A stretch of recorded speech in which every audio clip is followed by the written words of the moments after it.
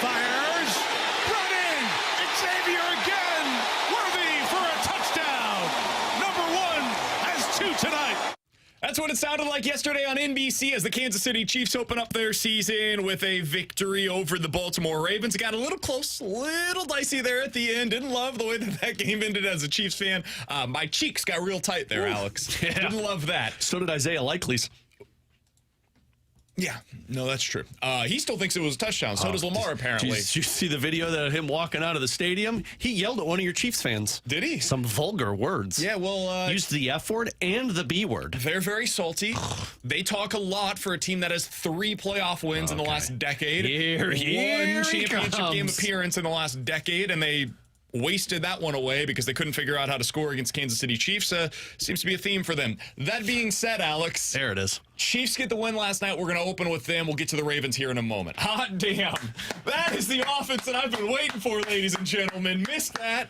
Xavier Worthy was awesome. It was so good. That is the element to the Chiefs offense that we've been waiting for. And Alex is ready to say some wild stuff about this Chiefs offense. He went to a place that I was uncomfortable with earlier today. So, Alex, what'd you see from the Chiefs last night? What'd you make of their season opening win last night against the Baltimore Ravens? Look, maybe I got a little too excited because I have a couple of these guys on my fantasy football teams. It could be the reason why. T-Bone doubted Rashee Rice, and then he goes off for 20 points for me. Maybe I'm just getting a little excited there. T-Bone taking the under on Rashee Rice yardage in a game where, like, everybody knows the new element to the offense is the speed element down the field, and Rashee Rice's game is exclusively especially in the slot. Exclusively in the middle of the field, crossing routes. Like, just super efficient, very easy throws for Mahomes. And in the first game of the year, T-Bone's like, I'm going to short that. Let me get the under. Especially there was a thought process behind especially a quarterback that just underthrows guys. Just like, here you go. The whole thought process was, okay, look at all these weapons. It's going to be a little bit more divvied up. And it was divvied up.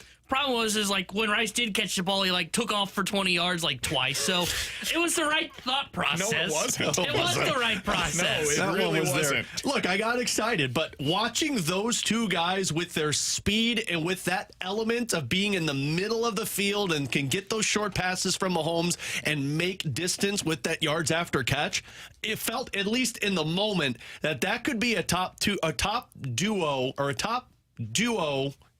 in the NFL. Man, you're going to get this. I believe in you. A top 3 duo in terms of wide receivers in the NFL. Then I had to temper it a little bit. Look, I get excited. This is what happens. I don't take people behind the scenes. What happened here?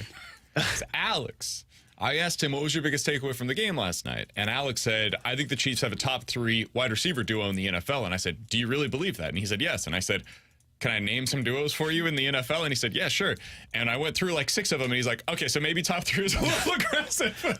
Might be, but I will say top 5. I do think they will be a top 5 duo in the NFL by the end of the season because the speed factor of what Worthy has. I mean, they used him in a jet sweep last night that turned into a touchdown on top of him exploiting a secondary, and that's against Baltimore. It's got a really good defense coming into this season. And then with Rashee Rice, who T-Bone's a little surprised by this, but like he is a massive weapon for Patrick Mahomes. I just think those two guys are going to be utilized so much by Andy Reid and Patrick Mahomes. It's like they have this new play toy that they can go out there and they can do whatever they want with. They are going to come up with so much creativity with that speed, with the ability to make those catches and create more space. I don't think it's outlandish to say top 5 duo by the end of the season. All right, that was only to be outdone by T-Bone, who said something else that was wild about the Chiefs earlier today. What'd you have to say about them? We are not even 9 minutes in the show. I can't stand him already. Oh, yeah, you're red in the face. Go ahead and say what you want to about the Chiefs, though. What did you learn about them? I'm not wrong about mine. I'm not wrong about mine. I agree. All right, go ahead. Watching them last night, the offense, I think it could be the best in the league. I mean, they're out there playing with their food. Andy Reid's like doing these formations where they got guys lined up in the backfield. They're running a guy out that likes to play with his pet gator. Like, they're just playing with their food, are the Kansas City Chiefs right now. Using their backup tight end all game. And they're using all these creative routes where they've got Pacheco that's going out so the linebacker follows. They run a freaking screen with the tight end. It's brilliant. It's great. If the Chiefs actually want to try throughout the full regular season and don't get kind of regular season fatigue, which is probably more the right word to use there, they could go undefeated in the freaking season. That's how good they are. The defense is still loaded. Chris Jones is going to cause havoc all season long. Him walking across the line, here, I want to pick on the rookie. Yeah. You get back over there. I loved Chris Jones for that. Their offense, I mean, we mentioned they didn't have Hollywood Brown last night. They're going to get reinforcements. Yeah.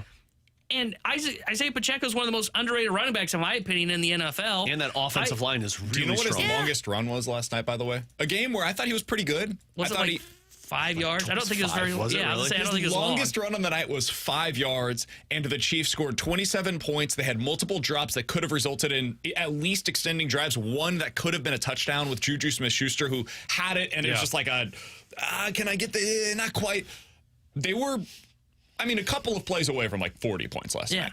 Like, to me, if they don't have regular season fatigue, and I think that's what has happened to them, maybe not last year. Last year, I think they were a flawed roster. I think 2 years ago, you saw a little bit of that, where it's kind of that regular season fatigue. Hey, we know we're going to be in the playoffs. Let's just kind of go through the motions. Then when we get to the playoffs, we just turn it up another level. I think if they can keep that kind of focus of, okay, let's try and do something special, the Chiefs could go 17-0. And I don't think that's outlandish to say. I don't think they're going to do it. But I think they could potentially have that kind of special of an offense and a defense that maybe isn't like top 3 in the NFL, but will be good enough to where if they do have a down game, the offense can carry them through a win. I felt this way all offseason, and I feel even more strongly about it today after seeing them against what I believe to be one of the best teams in the AFC. Flawed team, but one of the best teams in the AFC in the Baltimore Ravens. I think it's the best roster that we've seen with Patrick Mahomes. Now, I do not think they're going to have the best offense of the Mahomes era. That was like 2018. That first year with Mahomes, that was ridiculous. You had Kareem Hunt, Tyreek Hill, Travis Kelce still in his prime at the time, Sammy Watkins. Like that team was absolutely absurd offensively. I don't know that we'll ever see Mahomes put up the same numbers that he did in his first year as a starter when he won the MVP, 5,000 yards, 50 touchdowns. The defense, I do not think will be as good as it was last year, where they were, I think arguably, and I would make the argument in favor of them, the best defense in the league, especially with what they did in the postseason against some of the best offenses that the NFL had to offer. However, overall, if you just did like the Madden overall rating, I think this is the best overall top to bottom roster that they've had so far. Better depth, a lot of young guys that are going to factor into things. Last night, they did not have Hollywood Brown. They also defensively will not have for probably the first 6 weeks or so of the season, Charles Omenihu, who was one of their best players down the stretch last season after he came back from his suspension, one of their defensive ends. This is a really freaking good team, man. Not any breaking news to anybody, but maybe even better than what people were giving them credit for. Mahomes had 8 incompletions last night. I think like 3 of them were drops. Yeah. He had one really bad pass, which led to the interception, but otherwise I thought he looked fantastic yesterday. And that's against one of the best defenses he's going to face. It should be better from here, guys. That was potentially one of their hardest offensive games of the season. I'm totally with you guys. I think top 5 wide receiver duo might be a little aggressive, but I would say top 10, and that's pretty good considering last year they were bottom 5 in the NFL. 17-0 feels a little aggressive, but it's hard for me to make the argument against it. How are we the ones convincing you on this? Are they capable of doing something like that? If any team is, it would be this one. I also think they look re-energized. Last year, they looked like they hated playing football for like 16 weeks, and then finally they turned it on once they got to the postseason. But they looked like they did not enjoy being out there. First game of the season last year, Chris Jones is sitting up in the press box with his agent. Weird situation there. They had Kadarius Toney giving the game away in one of the worst played games I've ever seen by a wide receiver. This was different. Xavier Worthy, the element he brings to the offense, dude, that was real. And it completely opened things up for Rashee Rice. I'm with you. I'm ready to say some wild things about this. I think those two, Rashee Rice and Xavier Worthy, are just going to... I think Patrick Mahomes are going to just play with their food week by week against their opponents. Again, they just went up against what I believe is going to be the best defense in the AFC this season in Baltimore Ravens. And they made those guys just look inept. I mean, that play by Xavier Worthy to score the touchdown where he just found the opening behind the secondary. There was no safety coverage. I feel like that's going to happen a lot this season because of that speed. And then like we mentioned with Rashee Rice, Travis Kelce wasn't even a factor last night. 3 for 34. Yeah. That's what he had last night. 3 catches for 34 yards, and 24 of those came on 1 catch. They give them the luxury to tell Travis Kelce, hey, man, take a few weeks off. Like, just not worry about it because we need you healthy down the stretch. Noah Gray had more yards last night receiving than Travis Kelce did. And I'm totally with you, Alex. I think that can be a really good thing. I think we saw last year he was not healthy for the majority of the regular season, took that final week of the regular season off when he could have gone for the 1,000-yard season. He said, I need to get my body right. Yeah. And that was huge for him. You saw in the postseason, he looked like a different player than what we saw for the first 16 weeks. I think them putting him on kind of a pitch count this year, the way that the New England Patriots used to with Rob Gronkowski, where they'd say, hey, come in on like a couple of third downs, red zone situations. We'll get you in these key moments. And then in the postseason, let's ramp it up again. I think that's what the Chiefs will do this year for Travis Kelce. All right, on the other side of things, the Ravens are a big storyline from last night as well. I saw this stat yesterday from my guy, Nick Wright.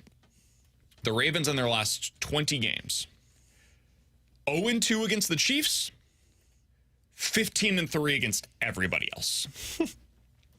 The Ravens have trailed at halftime twice in the 18 games that they did not play against the Chiefs out of their last 20. And they have trailed at halftime in both of the last 2 games that they've played against the Kansas City Chiefs. The Chiefs are their kryptonite right now. It's the one team that has their number, and it's because of Patrick Mahomes, because their defense is really good, and there are very few quarterbacks that can solve it. Mahomes can. I came away from last night thinking I'm a little worried about the long-term, like 17-week outlook for the Baltimore Ravens. Lamar looked amazing on the ground, guys. Absolutely incredible. And in a postseason game, that dude is terrifying if he's fully healthy, and that's what he's doing on the ground, because there's just no answer for it. I don't know how any team can scheme stuff up for it. But if he carries the ball 16 times regularly throughout this season, he's going to get hurt. What he did last night is completely unsustainable. And their offense in general, just outside of Isaiah Likely, I didn't fear any of their receivers, really.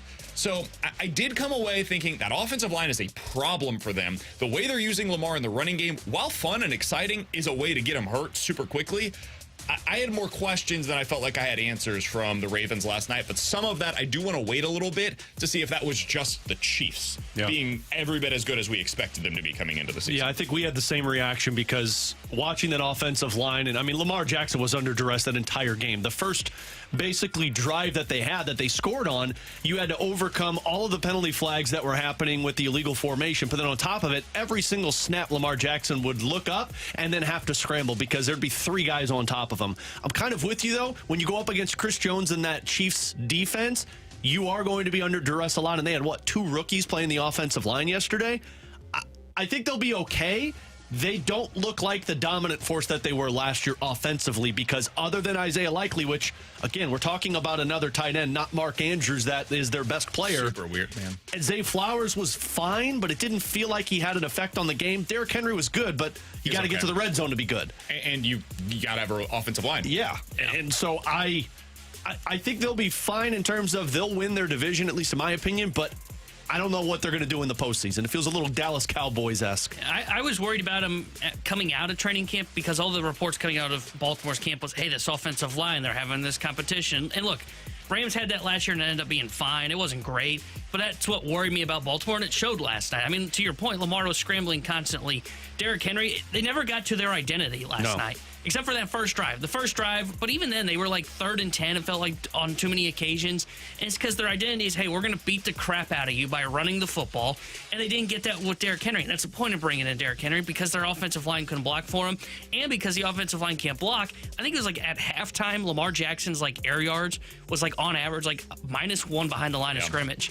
And I think he finished last night at 2 yards ahead of the line of scrimmage. Like that's not something that feels sustainable. And if you're going to have him under pressure all the time, it just changes what you can do as an offense. Yep. I think that they will be better. Like next week, they go up against the Raiders. I think it's going to look a lot different when they go up against the Raiders than it was against the Kansas City Chiefs. And ultimately, like, guys, they were literally a toe away from scoring 27 against a defense that probably won't be as good as it was last year, but against a really good defense nonetheless. So I don't want to go too far in our criticism of the Ravens. It left me thinking to myself, all right, there's there's stuff to monitor here, and if it doesn't look better against the Raiders, maybe we will come back to the pack and say, like, okay, there's some real questions about what this Ravens offense is going to be long-term and whether or not what we saw from Lamar is going to be sustainable. He's Alex Ferrario. That is Tanner Hendrickson. I'm Brandon Kiley. Plenty more on the NFL throughout the day today. We've got our pick'em coming up in the 12 o'clock hour. We'll give you our Sunday weekend look ahead for the NFL slate as well. That's coming up in the 1 o'clock hour. We will hear from you. 314-399-9646. That is the Air Comfort Service text line. And YouTube is available for you. YouTube.com/101ESPN STL. The studio cams are powered by the Air Alliance team. Coming up next, we are going to get to the Cardinals. What would the reaction be from Cardinals fans this weekend if the team were to sweep the Mariners? Do you care at all? We'll talk about it next here on 101 ESPN.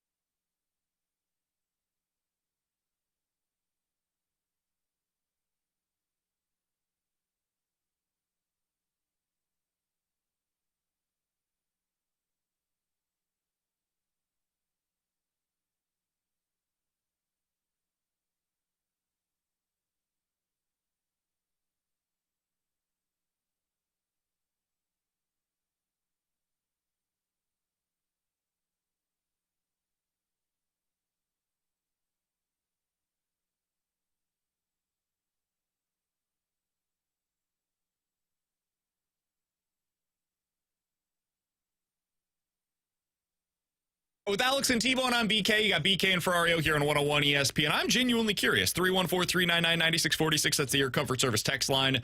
Cardinals are 5 games back of the wild card. Last night, the Braves lost against the Rockies. If the Cardinals had done what the Braves did last night, we'd be on here crushing them. That's an embarrassing performance. Their beat writer said it was ugly. It was sad. It was tough to watch with how poor they played last night against the Colorado Rockies. So, Alex, they're leaving the door open. The Mets are right there with them right now. They're basically tied for that final wild card spot. Again, Cardinals 5 games back. The next 3 games, the Cardinals will play against the Seattle Mariners. And you want to talk about a team that has collapsed. The Mariners are exactly that. They should trade Logan Gilbert. They are now just 1 game above 500. They actually have the exact same number of wins on the season as the St. Louis Cardinals do. Yeah, been a weird year for the Mariners, to put it mildly. They're 8-14 in their last 22. Offense batting .210 overall in that stretch. They do have really good pitching, as you mentioned, Alex. What's the reaction going to be here in St. Louis? I don't expect this to happen, but if it did, if the Cardinals for the first time since May went on a 5-game winning streak and swept the Mariners over the weekend, beat Miller, beat Gilbert, beat Castillo, you see arguably 3 of their 3 best starters, what's the reaction going to be on Monday morning? We get in here, I'll be on the morning show. You guys will be out at the Blues Luncheon on Monday. What's the conversation going to be like on Monday if the Cardinals sweep the Mariners? I think the reaction is going to be, and that's about it. Okay. At least for me, and I feel like Cardinals fans are probably around the same point, it really doesn't matter what you do anymore. You can go out there and go on a 5, 6, 7 game win streak.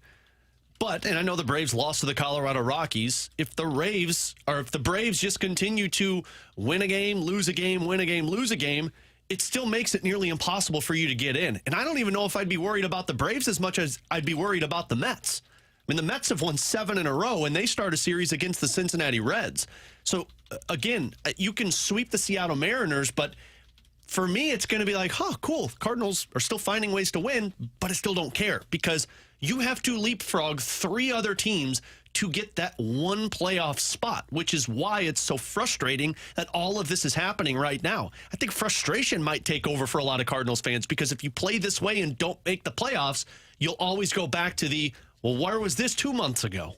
Yeah, I think my first reaction would be, okay, now they're continuing to build momentum, which is good, but right next to that would be, okay, well, what did the other teams do around them? Because Alex is right. They put themselves in a spot to where it's not just, okay, we have to take care of our own business. They've also got a scoreboard watch now because they are so far back. So, because they've played well in this 22-game stretch they've been in, and these 19 games, they're above 500 against these playoff teams that I thought was going to put the nail in the coffin for them.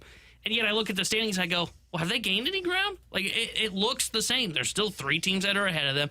They're 5 games out of a playoff spot. Like, they need serious help. And unless that happens, a 5-game winning streak for me just doesn't matter. You're still having the playoff odds just continue to drop on you as you get closer and closer to the end of the season. It's kind of where I'm at. You guys know how optimistic I was on this team. I felt like midway through the season there was a real opening here. And I actually feel kind of justified in that by seeing what the National League has become. I mean, the Mets having a real chance now to be able to make the postseason tells you everything you need to know about what the wild card race ultimately became. Like the Cardinals had an opportunity here to be able to make the playoffs by just being slightly above average. Just be solid. Don't do the thing where you get swept by the Reds. Don't lose 3 out of 4 against the Cubs at Wrigley. Don't go in and lose 2 out of 3 against the Pirates to open up the second half of the season. Like, if you just don't do those things, you're probably in or right on the cusp of a playoff spot right now. So that's why it's so frustrating is I would leave this weekend saying to myself, like, okay, that's a nice start, but given how poorly you have played this year against some of the lesser teams on your schedule, you have such little margin for error the rest of the way. I mean, I heard Tim earlier today. I think he said 17 out of the final 22. If you win 17, you go 17-5. That's probably what it's going to take to get into the postseason. I would say 16, but I mean, we're right there on the razor's edge, right? But 16 out of the next 22? Do I really believe that this team has that in them? No. I mean, the schedule allows for you to do that. Absolutely, Because but we've said this before. And that's why it's like, look, we could sit here and watch this team win 5 straight games and sweep the Seattle Mariners, but what's going to happen when the Cincinnati Reds roll into town? Because the last time you played Cincinnati, they basically killed your hopes and dreams. What's going to happen when you take on a Toronto Blue Jays team that's out of it, but they're playing better than you are right now? It's hard for me. What I could realistically see happening is the Cardinals get within 3-4 games, and you got that final series against the San Francisco Giants. And then you lay eggs while other teams lose, and you don't capitalize. Or you take care of business, the other teams take care of business, and you finish 4 games out of the wild card. Like, I think that's probably the most likely outcome here. Cardinals probably play pretty well down the stretch. They show you, okay, they're not in a total afterthought in the National League wild card race, and they finish like 4th in the wild card race, maybe 5th, and are 3 or 4 games out when the season comes to a close. Like, I think that's probably the most likely outcome here. And that leaves all of us completely unfulfilled. It leaves all of us saying, like, okay, and I think it leaves us worried, too, that happens and you're going to have this same team next year. Scenario as to what could have taken place this year. And I know you've said this all season long, Alex. It's like, okay, they'll finish with 84 wins, convince themselves that they had every opportunity to make the playoffs, and then they really don't change a whole lot going into next year. They fiddle the knob, so to speak. And now you go into the offseason saying, okay, Mo's back, Ollie's back, the roster is mostly still in place. Yeah. They bring back Goldie next year and say, okay, it's going to be a bounce back year from Goldschmidt. We saw some positive signs down the stretch, and now we just do the same song and dance again in 2025. And next year would be the year where even people like me, who I can convince myself to get optimistic because it's a 162-game season and it's super miserable if you can't, it's going to be really hard for me to feign interest next year. Like, I just don't know how anybody could bring themselves to do so if that's the offseason plan. Well, and how this Cardinals team goes, I could realistically see themselves convincing that, well, Wilson Contreras was hurt for a big chunk of the season, and if you would have had that bat, your offense would have been pretty good. And, well, you did lose Keenan Middleton in the bullpen all year, and that would have been another weapon. Like, they find ways to use those excuses. Newbar was hurt, couldn't get his timing until the second half. Last year, who was the bullpen guy that they signed, and they were like, oh, well, this guy could have been a factor for us? He was out all season. God, what was his name? Because he's not with their team now. I'm blanking on it. There was a Was it Wilking Rodriguez? Was that the one that Mo was like, oh, Wilking Rodriguez could have been a factor for us, and we didn't have him? I think that's why when you originally asked the question, BK, what's the reaction going to be like from Cardinals fans? It might be frustration because they know that this team is going to go on a streak. They're going to be good, and they're going to look at this season and say, man, we just missed it. We know all we got to do is get into the playoffs, and if we have one better month, we're talking about a playoffs in St. Louis. He's Alex. That's T-Bone. I'm BK. 314-399-9646 is the Air Comfort Service text line to get involved in the show. We'll get to ask us anything in 15 minutes. If you guys have any questions, sports or otherwise, go ahead and get them in on the text line now. We'll get to them coming up in 15 minutes. But coming up next, big weekend in college football, specifically for the Big Ten. T-Bone's conference has a lot at stake. It's potential swing week for the conference. We'll tell you why next here on 101 ESPN.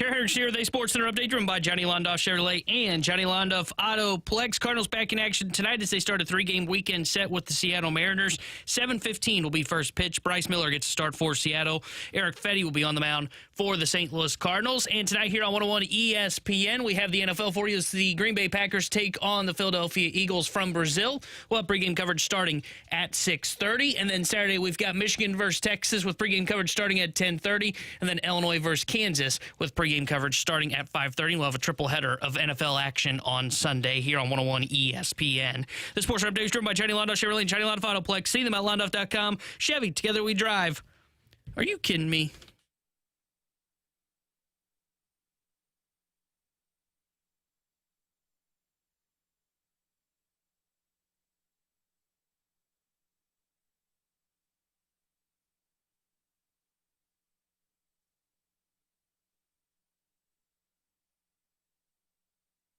All right, 314-399-9646 is the Air Comfort Service text line. We'll get into Ask Us Anything in about 10 minutes or so. But, T-Bone, this is a big week for your Big Ten boys. You got Texas versus Michigan. That's a big game. Oregon, who just looked kind of lifeless last week in their season opener. They had a few weird drives where kind of stalls out. They went for it on fourth down, I think, a couple of times. Had a turnover as well. Could have been a little bit more lopsided than it was, but ended up winning by 10 against a G5 team. That's not what you expect out of a top 10 team like Oregon in week number 1. Your Illini have a huge game going into this weekend, a potential to get the conference a big quality win for them. Going up against Kansas at home, that's like a 5-point line right now. That's another potential swing game. T-Bone, how much emphasis are you putting on the Big Ten, like the ceiling of what they could do this weekend in showing us, hey, maybe the conference is not only every bit as good as we were anticipating going into the season, but maybe even a little bit better than what we thought? Yeah, I think this weekend could show. I'm going to start with Illinois, and I'm going to throw Nebraska into this because they got a big game. They play Colorado, and I think they looked. We'll talk about that game a little bit more later. I think Nebraska looked really good with their quarterback situation and the new kid they brought on the block. I think those two teams are kind of the teams that can raise the ceiling this weekend for the depth of the conference. You know, I kind of put Illinois in the afterburner early on, and then I saw their offense. I was like, wow, they're going to be so good. and same with Nebraska a little bit. If those two teams win this weekend, then the depth of this conference is a lot deeper than I originally thought. And I think the ceiling is with Michigan and Oregon. You know, I'm not as worried about Oregon as I am Michigan. Michigan, like, I don't think they can beat Texas even at home. I think they're going to end up losing this game. I actually think it's going to be kind of ugly. And Oregon's the one that Boise State, like, they're no walk in the park. I know that's a 21.5-point line. Man, that feels kind of big. Now, I get it. Boise State had struggles defensively last week, but they put up some serious points. And if the Oregon Ducks offense is going to scuffle a little bit, they're going to be in a little bit of trouble. And Boise State's a team that could be the group of 5 playoff team. So I think when you're looking at those two games, I think for me that's going to tell me, okay, what does the ceiling, what's that top tier look like in the Big Ten? Because I thought all along it was Ohio State, Oregon, and probably Michigan were the 3. I don't think there's anybody else that I'm USC, forgetting. maybe. We'll see. Well, I mean, last week, a big win for them against LSU. But if that performance was real from their quarterback, yeah, maybe they could get involved with that kind of upper echelon in the conference as well. But yeah, I think there's a big opportunity this week. Illinois with a potential for a big win. I don't think they're going to get into that top tier, but could they elevate the middle of the conference? And the other thing that this does going into a 12-team playoff season is if the committee then looks at your conference and says, okay, the middle of it was better than the SEC. The middle of the Big Ten was better than the Big 12. Well, then that elevates the top because of the quality of those wins over the middle of the conference. And now maybe you get like 4 teams into the college football playoff by the end of the season because of the quality of the competition that you went up against. So Iowa this weekend, going up against Iowa State. Iowa State's not great, but they're decent. They're like a middling Big 12 team potentially this season. That's another one of those opportunities for the Big Ten to get one of those quality victories. I think the big one, though, is what we brought up as the headliner. It's Texas versus Michigan, 11 o'clock on Saturday on Big Fox. Texas right now is a 7-point road favorite in that one going into Michigan. I think that's right. I think Texas is and should be considered the better team heading into this game. I think Michigan has some serious questions about their quarterback leading into this one, but they still have a very good running game. They should have an excellent defense. And if they were to pull off this upset, man, it really changes the way you kind of look at the top of the Big Ten, especially if what we saw from Penn State was real last weekend. They might have been the most impressive team over the course of the entire weekend. I do have a follow-up on this, though, because T-Bone, of the three of us, you've been the one that's been the most negative about the expansion of the playoff. I think, Alex, we both probably like it a lot, honestly. I think it's been great for college football. I think it's going to put a lot more emphasis on like the top 25 teams instead of just the top 5 in college football this year. But a game like this does lose a little bit of its luster, Texas versus Michigan, because previously, I mean, there was a chance this was an elimination game in week 2 of the college football season where one of Texas or Michigan is essentially eliminated from playoff contention already. T-Bone, do you think that that diminishes the value of the regular season, diminishes the value of what is a marquee matchup early in the year for college football now that does not have those same stakes early in the season? I think so. I think it, like, this game, don't get me wrong, I'm looking forward to it. Should be a really fun game. It doesn't have a playoff feel like it used to. The regular season used to feel like, to your point, like a loss here probably knocks you out. You're probably out of the college football playoff. So the stakes are higher. The pressure is there. It doesn't feel that way. Like, Michigan could lose this game, and they still may have wiggle room for one more loss, potentially. I don't feel like this is one of those where it is, okay, this is a huge matchup. Loser of this is potentially out of the playoff. Or, in other words, they have to go perfect throughout the rest of the regular season to potentially try and be a one-loss playoff team. And I think we saw, like, one of those every single season through the 14 playoff. I don't feel that way. Like, I still feel like Michigan's got runway. Even, like, let's say Michigan loses. And I do think they will lose this weekend to Texas. Their next big game is when they host USC. They lose that game, I still don't think they're eliminated because they still have the potential to beat an Ohio State. They still have the potential to beat an Oregon. Like, their season, if they lose those 2 first top 25 matchups they have, doesn't really start until you get to when they play Oregon. And if that's the case, like, it's just I'm still going to watch. I'm still a guy that's going to be the casual fan that still loves just watching football. But it loses some of the luster that the regular season used to have. And I think any sports league, whether it be collegiate or the pros, when you start to add more teams to playoff and start to really delude your regular season, I don't think that's good for the sport. And I think that's where the NBA is right now. I think it's very different than the NBA, but sure. Well, I agree in terms of, because like everybody's in the playoffs in the NBA. My only question with that is, doesn't it ramp up the excitement, though, because of more teams once you get deeper into the playoffs? Once you get deeper into the season. Or, yeah, deeper into the season. I think there are more games that will matter over the course of the regular season because of the 12-team playoff. But it does take down. I do agree with this take that you have, T-Bone. This game would mean more, and it would be more significant early in the season if we had the old system. I am willing, as a fan of college football, to give up the stakes in a game like this, to increase the stakes in a game like Missouri versus Oklahoma later in the season, or Ole Miss versus like whoever it is that's on their schedule in November, right? Like those games will now take on more meaning than what they previously would have had under the old system. And so you have more fan bases that are more engaged later into the season. So that to me is worth it. I think that the new system is better for that reason. But it does, and it's hard for me to disagree with T-Bone, what T-Bone's saying here. He's correct. This game means less. It absolutely does. It's impossible to disagree with that because previously it might have been elimination. Now, whoever loses this game is still in playoff contention. like, But it still feels exciting because you still got a 3 versus a 10. But like, look at last week's game, USC LSU. That game early in the season, Georgia Clemson. I mean, Clemson sucks, but that game in the old system, Clemson's out potentially. They probably are out because the ACC looks very weak. Here's the reason why I don't think it matters, though, long term. It matters in what you're saying. Long term, is anybody not watching? Like, has anybody stopped watching because the stakes are less? That's where I'm at. Because then you know everybody's watching because of that expanded playoffs at the end of the season. And because the games are still good. Here, you still have that urge to watch college football because it's been gone for so long. So you're going to pay attention to this no matter. Even the common fan is going to be like, oh, damn, a 3 versus a 10? This is going to be fun. Yeah, I don't have a pushback on that because you're right. And again, like, I'm still going to watch. Like, it's not like I'm not watching. Of course. But to me, I like what made college football to me unique was that just pressure from day one of the season. You know, there was no runway for a mistake. And I think that's what made college football special.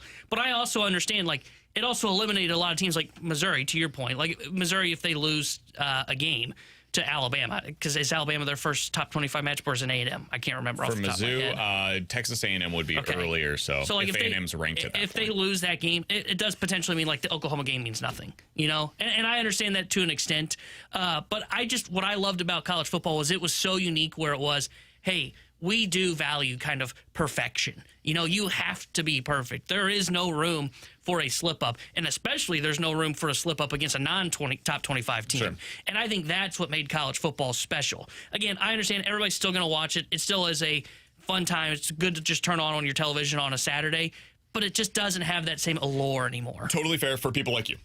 For people like me, The cool for people people. like T-Bone, or for people like Alex, excuse me, people. and for, I would imagine, a decent portion of our audience that isn't a fan of Alabama, Georgia, Oregon, Ohio State, and Michigan. Like The one same of teams that basically make it 8 every year. teams that has a chance to be in that old format of the 4-team playoff. This version is so much more enjoyable for you as a fan of your specific team, because now you feel like you're a part of that group now. You feel like you got invited to the cool kid lunch table, and yes, it is... Instead of being 8 chairs at the table, they've expanded it. Now it's one of those really long tables where there's like 24 chairs. You got 12 teams on either side, and you're a part of it. And it doesn't have the same value that it once did, but I still get to be a part of it, and that's really exciting. So for me, I prefer this version of it, and I'm willing to have a game like Texas versus Michigan. The stakes are diminished. I'm still going to enjoy the hell out of watching it. Absolutely. 11 o'clock, Big Fox, top 10 matchup this early in the season. I loved watching LSU versus USC. Thought it was an awesome football game, and the fact that there weren't as big of stakes as there are previously, it didn't even really enter my mind as I was watching that specific You're game so until gonna afterwards. think about it this weekend. He's T-Bone, that's Alex, I'm VK. Coming up next, ask man, we're us the cool anything, kids. sports or otherwise. 314-399-9646 is the Air Comfort Service text line. Of the fast lane's the cool kids. We are the ones that are like now being invited to the table. Just don't forget to wear pink. It's a Mean Girls reference. Come on. Ask us anything coming up next guys. here on 101 Proves ESPN. my point.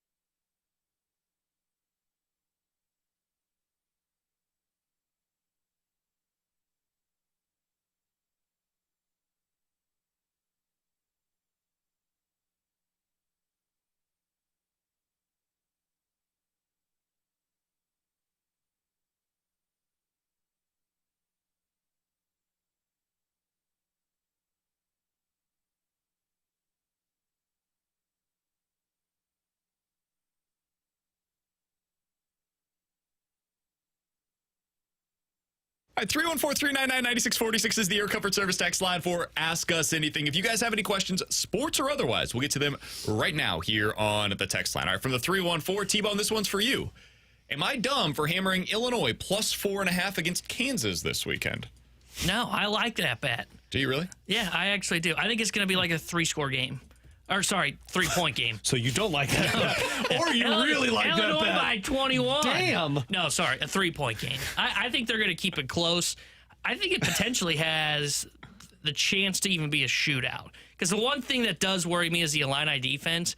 But I think offensively, I get it. It was one game. You and maybe really I like Luke overreacted. Altmaier. No, I didn't even Altmaier. They just look more explosive. Like, I remember watching them early last year, and I was just like, oh, I can tell already this is not going to be good. And then they did play Kansas. It's like, yeah, this is what I thought. It wasn't good. They couldn't stop the run. Offensively, they were just blah. Like, I think they look better suited to handle this game, and it's at home. I like, especially now that line has moved, where it originally started at 3. I think it was -3. Now it's 4.5. I do like plus 4.5 for the Illini. All right, 314-399-9646. Take it in your pick 'em. Yeah, we'll see. Well, that's coming up at 12:15. We'll see if it's part of it. Yeah. I only get 3 picks. It wouldn't crack the top 3. Ask us anything. If you guys were on a hockey line together, who would be the center? Who would be the power forward? And who would be the goal scorer? And would your line be nicknamed BAT or TAB? Wow, that answer. Whoa. TAB. I guess A doesn't really work on any of these. Damn my vowel first name. I don't think any of us could be the power forward. I think T-Bone would be the power forward, just because he's crazy. I'd throw my body around out there. T-Bone is insane. That's a tiny power Are you forward, kidding man. me? Oh, but even if I would like bounce off of the defenseman, I'd go charge in, and boom. Yeah, you'd have to just try and ricochet one off of the rear end into the back of the net. Please don't take offense to this, Alex. I think Alex would be the goal scorer because I don't think he would enjoy being the center. I think he would prefer to be the guy that is the goal scorer. And I would be willing to be the one that takes one for the team and beat the center. So I think that's probably how the line would work. I don't know how I would take that wrong. You're just out there floating around like Kyrou, not helping us at all on the line. Whoa, I back check. I play defense. I don't believe that at all. I play defense. I believe that you as a basketball player growing up in your CYC league were just sitting out there cherry picking. You were playing 0 defense 100%. whatsoever. You'd see the ball go up. You're not going in for the rebound. You're not in there. You are immediately flying down the court going the other way, and you're yelling at your teammate when he does not throw the full court pass to you. Well, That's Alex Ferrario. Guaranteed. Yeah. I never saw you play a basketball game, but I guarantee that's who you were. I mean, I was the only kid that hit the growth spurt in my grade school, so I was unfortunately the centerman for the longest time. That's so, amazing. Wow. you had to go back and forth a little bit too much. I was the late growth spurt, so I was the point guard. Oh, yeah. That's when I was. And then I still didn't grow. I started as the center, and then once you get to high school, there was bigger kids, and it's like, okay, well, let's move you over to power forward. I'm like, yeah, dude. that's not going to work. I got to 7th grade. I was on and people are going to be surprised by this. I was on a competitive team. We were playing AAU tournaments, and we went to one in Kansas City. And we played against a team that was dunking in the 7th grade, and I immediately said that was when the moment happened for me. I know Ollie has talked about this, where he was in the minors, and he was like, I couldn't hit a curveball, and suddenly I realized my future is not in this game. My future is going to be coaching this game. I realized in 7th grade, my future is not in playing basketball. My future is going to be analyzing basketball. We 8th grade played against a kid who showed up and had this full mustache, and I'm like, well, this game's going to go sideways for us. All right, from the 314, BK, how is your outlook? Alex, you can answer this one as well. How has your outlook on life changed since your first child was born? Yeah, I'll sit this one out. That was about 3 years ago for me. So It's changed a lot. First of all, you have to be a lot more selfless, which is why I'm willing to play center for our line in hockey. yeah, what's up with this guy? Is coming off like a martyr over here. Like, oh man, I guess I'll play the center position. He would not. No chance. Center, you got to be tough. Got to get down there, be gritty. You gotta You're out with the retrieve cold. pucks. Okay? Yeah. No. I have a cold right now, by the way, and I'm fighting through. I feel like I've been better lately. You might be like the 7th defenseman that gets utilized a couple of shifts, and they're like, okay, hey man, you did your job. I mean, I'm not trying to brag about my role as I power take up forward. the backup but, goaltender, to be honest with you. yeah, I'm only power forward because I can't stop on skates, so I have to hit the boards. All right, so changed. How has my outlook changed? Selfless. There's just so many things that used to be a priority for me that it's. I mean, you just have to decide what actually matters to you. Like, what are the things that you legitimately need to do every single day? Because the kid just takes priority over literally everything else, as it should be.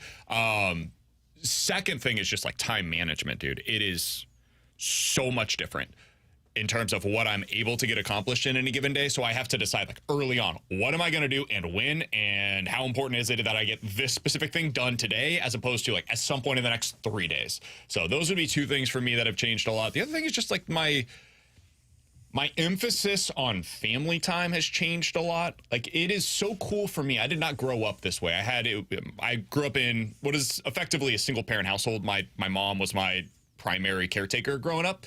Parents got divorced when I was very young. So my family was in Denver, like my extended family. It was just me, my sister, and my mom most of the time. Mm-hmm. So that was the way that we grew up.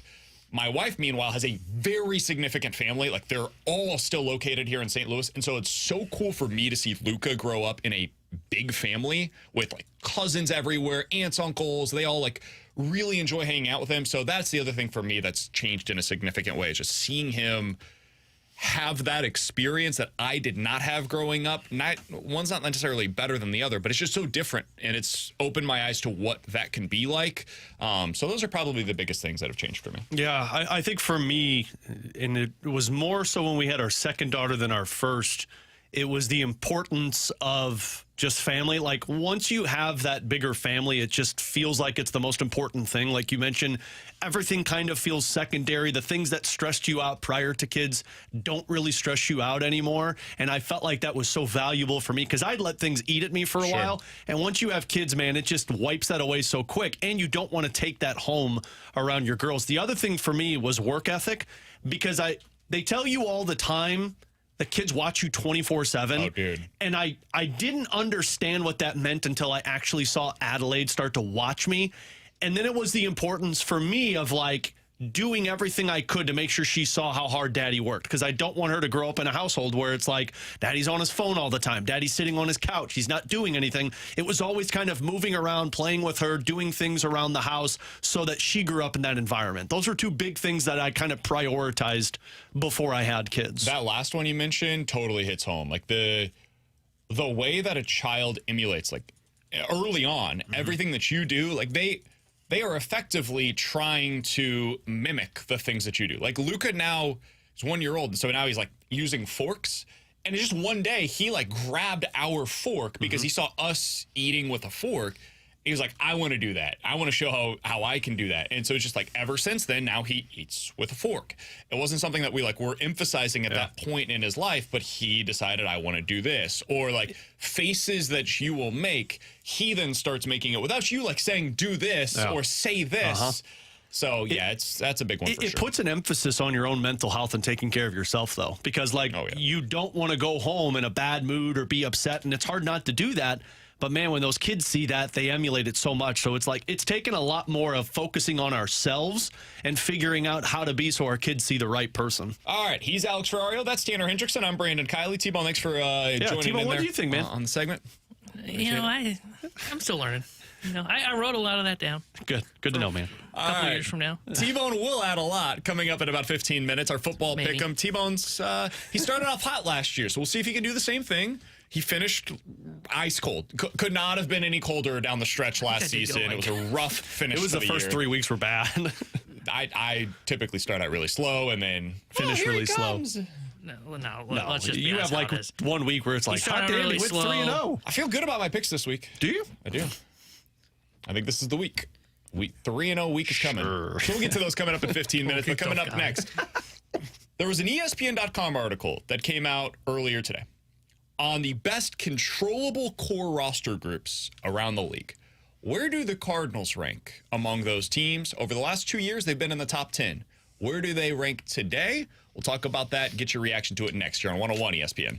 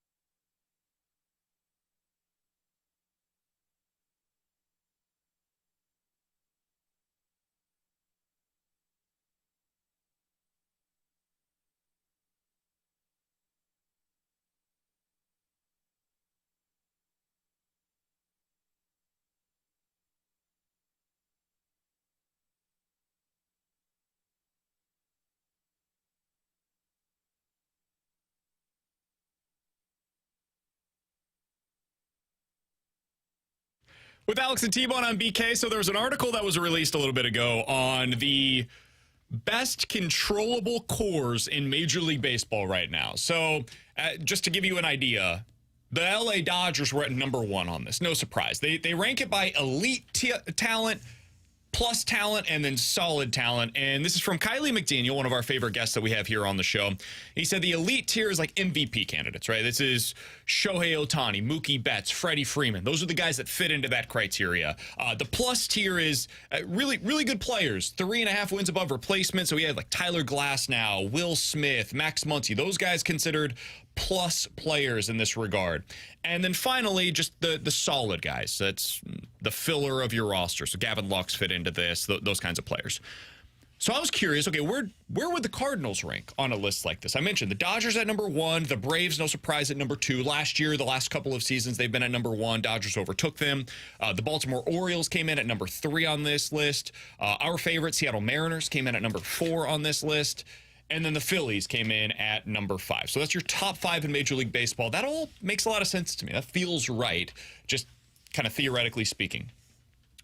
The Cardinals in 2022 were 4th on this list of the best controllable core group of players, according to Kylie McDaniel, 2023, they came in at 8th on this list.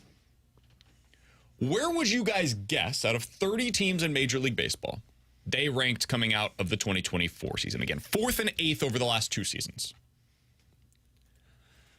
My guess was somewhere in the middle of the pack, and I essentially landed on 16th. Now, are we counting like guys in the minor leagues too?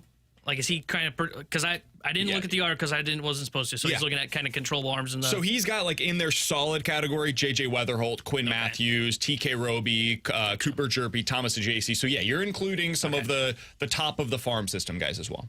I think it'll be lower than that. I think it might be 20th is kind of my guess, because I was just thinking off the top of my head, he's the 2022, he still would have had the veterans that were performing well. Sure. And they're not. And Goldie's free agent at the end Goldie of the year. Arenado would have been considered elite category then. They're not there anymore. I don't know where you'd rank Contreras since he's dealt with injuries.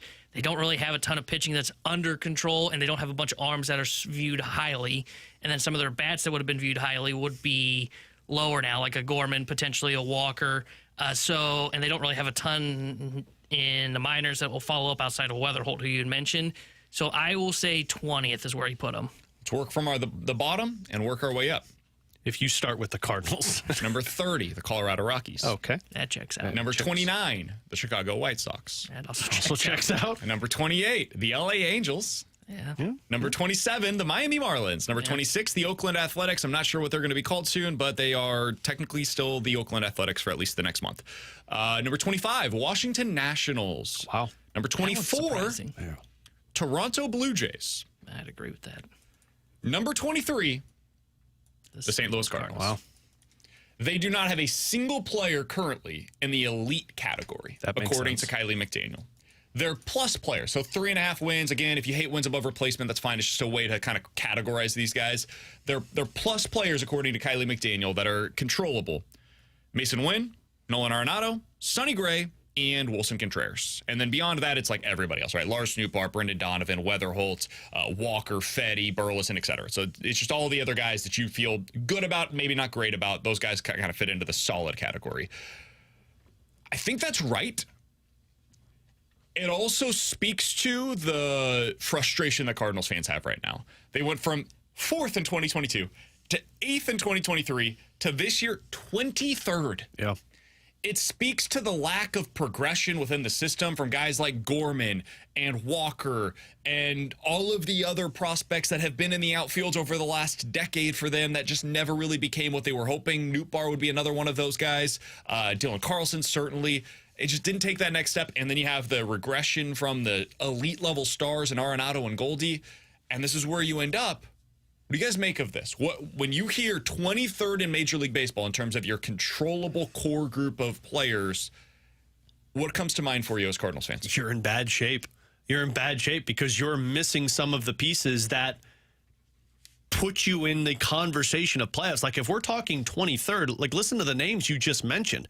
These are teams that aren't even going to be sniffing the playoffs anytime soon, with the exception of maybe Washington. I'm surprised they're as low as they are, but still, like we're talking Colorado, Washington, Oakland, the Chicago White Sox, you being in that category where there was so much hype for these difference makers of Walker and Gorman and Nootbaar, and you just drafted a kid 7th overall, and you're still sitting in this spot. We talked about yesterday, they don't have the player that just consistently gets them through a 162-game schedule. Man, if that's how Kylie McDaniel views this team overall in terms of controllable assets, this might be a lot longer than we were thinking it's going to be for the Cardinals. Yeah, I think it really shows that kind of soul searching needs to be going on within the Cardinals organization, because to your point of all those teams that were behind them, you're the one that is, let me make sure I say this correctly, air quotes, trying, and the core's not developing. And I think when I say soul searching, I think it needs to be one of two things. Is it one, we got it wrong with the current core and these guys that the fan base has not been that high on? Like Lars Nootbaar has not been someone that the fan base has been completely bought in on. Now they do the newts at the game, but that doesn't necessarily mean that they are bought in on him developing the way the Cardinals did. Sure. Same with whether it be Jordan Walker, Nolan Gorman, those kind of guys that the Cardinals really thought that's the next wave of talent. Were you wrong with that core? Or is it, okay, we need to do soul searching, and it honestly might be both. Do we need to do soul searching as to, okay, what is the problem? Why is this not working? Why can we not have these guys here at the big league level and help them develop? Why is it that, like Steven Matz, for example, I'm using him, he's an older player, so he doesn't really fall in this conversation. But I thought it was telling Steven Matz he talks about his rehab assignment, right? And one of the things that he mentions about throwing his curveball was he had someone from outside the organization bring up how he should throw that more. And when I hear that, it makes me think, okay, so if he's going outside the organization, I'm seeing the young talent not develop here at the big league level.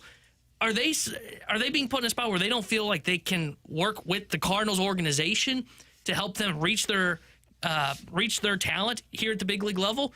Or what exactly is going on? That's the kind of thing that the Cardinals need to be searching for. And it might be a blend of both. It might be where, the Cardinals aren't really helping these guys by doing the whole yo-yoing with Jordan Walker between AAA and the major leagues. Or they just don't have the right players. They were wrong. And Mo's admitted they were wrong on Carlson. Maybe they were wrong on a lot of these guys. And if that's the case, to your point, they are in a terrible situation for the Cardinals because they don't have a ton of talent coming. And if you're wrong on the current core, now you enter the spot where you should be in a rebuild. And you're drafting potentially in the middle of the draft this year, and you're not going to be willing to give up on these top guys in terms of Walker and Gorman because the stock's probably too low for you. So he wrote this, Kylie McDaniel did, in his write-up about the Cardinals and why they were at 23rd. He said, on the hitter side, Wynn has been very solid. Contreras continues to hit, and I love the Weatherhole pick. He couldn't move fast in the minors. The rest have either held serve or regressed. Scott, Gorman, Walker are the most notable down arrows, though all are still young with upside and places to grow. What looked a year or two ago to be a solid veteran core with more than a dozen promising young players on the way to the big leagues has turned into a decent core surrounded by a bunch of role players or those who need a bounce back here. I think that, to me, is my biggest takeaway. Like, it's entirely possible you get the dead cat bounce going into next season where, like, this year was just the year from hell for a lot of their core position group players. And next year you come back in and it's like, oh, okay, well, yeah, those guys are good. It wasn't just the Cardinals that were selling us on Jordan Walker. It was third-party evaluators that were like, hey, this guy's a really excellent prospect, and if things hit in the right way, he could be like a 30 home run type of a hitter that hits 270 with a decent on-base percentage. It's maybe not an MVP candidate, but an all-star possibility on most seasons of his major league career. Like, that's possible for him. Nootbaar, hey, look at this on-base percentage with the possibility of slug. That's a really good player potentially. Like, the Cardinals weren't only the ones that were selling that to us.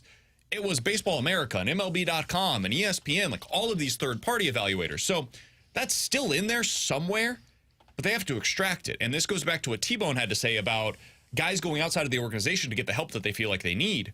Why isn't that coming from within? That's the soul-searching moment for me. Is Gould was on the morning show today, and he talked a lot about this, of like, why are guys not maximizing their potential with this organization? Why are they going elsewhere and succeeding? It's not even just about, like, why'd you send them there? It's why, once they got there, were they able to unlock something within themselves that they could not find here? Why is that happening? Like one thing, T-Bone, you mentioned this in an article from the other day. There's an article about the pitchers that were traded at the deadline and what they've done to change their arsenal since being traded to their new teams. Because typically you'll see this. They'll change the usage of a pitch, the shape of a pitch, whatever, right? And one of the things that the Cardinals decided to do with Eric Fetty was they had him throw his fastball a little bit more often. His fastball's been his worst pitch, just based on the numbers, right? So it's kind of a weird thing to do, that they would have him throw what has been his least effective pitch more often. And I'm sure there are reasons for that. It's probably something where they say, hey, these other secondary pitches will work better for you if you throw your primary fastball more often. It's possible. There are a lot of teams in Major League Baseball right now that are doing the opposite of that. They're saying, hey, that's your worst pitch. This is your best pitch. Just throw your best pitch more often, and it's going to work out better for you. Cardinals have done that mostly with their bullpen this year, where they're saying, throw your best pitch, forget the fastball, don't worry about it. We'll get to that eventually. This is just one example of what I'm talking about, where they need to go under the hood within their organization and find out, are we actually giving our players the best chance to succeed here? Like, is that something that needs further evaluation within the major league staff, but also in the minor leagues? Do we have the correct coaches down there? Do we have enough coaches down in the minor league system? Do we have enough proper equipment to help them? All of these different things should have already been under evaluation. But when you see something like this, and I'm sure the Cardinals have something internally that's similar of like, how do we grade compared to the rest of Major League Baseball? And this feels right. Bottom 10, whether it's 23rd or somewhere in the bottom 10 in Major League Baseball, feels right to me. That is a screaming alarm that has to wake them up eventually. And if it doesn't, going into this offseason, I don't know what will. Because now you have the chance of back-to-back losing seasons for the first time in 70 years. You've got your team that is going in significantly the wrong direction with no clear answers internally. There's got to be some significant changes within the organization. Concern from them should be, were we too late to the party? Because, like, you might be able to still fix this, but, man, I mean, Walker and Gorman were supposed to be the heroes for this team's future. Sure. And if you're too late to the party to where these guys might already be at the point of no return, which is hard to believe because you're seeing guys like Tyler O'Neill and Michael Wacha and Jack Flaherty. Like, you're seeing these guys go elsewhere and succeed later on in their age. But, man, you better do this soon, because if you miss the call on those guys, like we just talked about, you don't have anything else in sight right now. And it doesn't seem like you're going to be drafting in that high position once again. You need to pounce on this sooner rather than later. Yeah, and I think even kind of to expand on that a little bit, just because you could end up with higher picks, just because you ended up with the 7th pick and arguably potentially the best player in the draft in J.J. Weatherholt, he needs polishing. Yeah. Why should I have faith that he can be a guy that the Cardinals will suddenly be able to get to the major leagues and he become a guy that is an everyday player? Some guys can survive malpractice from an organization, but not all of them, and a big percentage of them don't. And that is one thing that would be a worry for the Cardinals is, I understand that they haven't had high draft picks a lot. They're always drafting in the middle, back half of the draft. Weatherholt will be a good example of what we're talking about, because if you don't surround him with the right tools, it's hard to see how he will develop properly. He's Tanner Hendrickson. That is Alex Ferrario, and I'm Brandon Kiley. If you want to check out the full list, you want to read a little bit more about how Kiley McDaniel views the Cardinals and Major League Baseball in terms of how they rank, go to ESPN.com. It is an insider article, so you have to pay for the subscription, but he ranked all 30 Major League Baseball cores. It's really good stuff. You can learn a lot about not just Cardinals again, but Major League Baseball teams across the league and how they rank for now and for the future. Coming up next, let's get to our football pick'em. We're each going to give you 3 picks going into this weekend, ranked from 1 to 3 in terms of our most confidence and picks against the spread going into the weekend. We'll give you our picks. You guys can fade them or follow them coming up next here on 101 ESPN.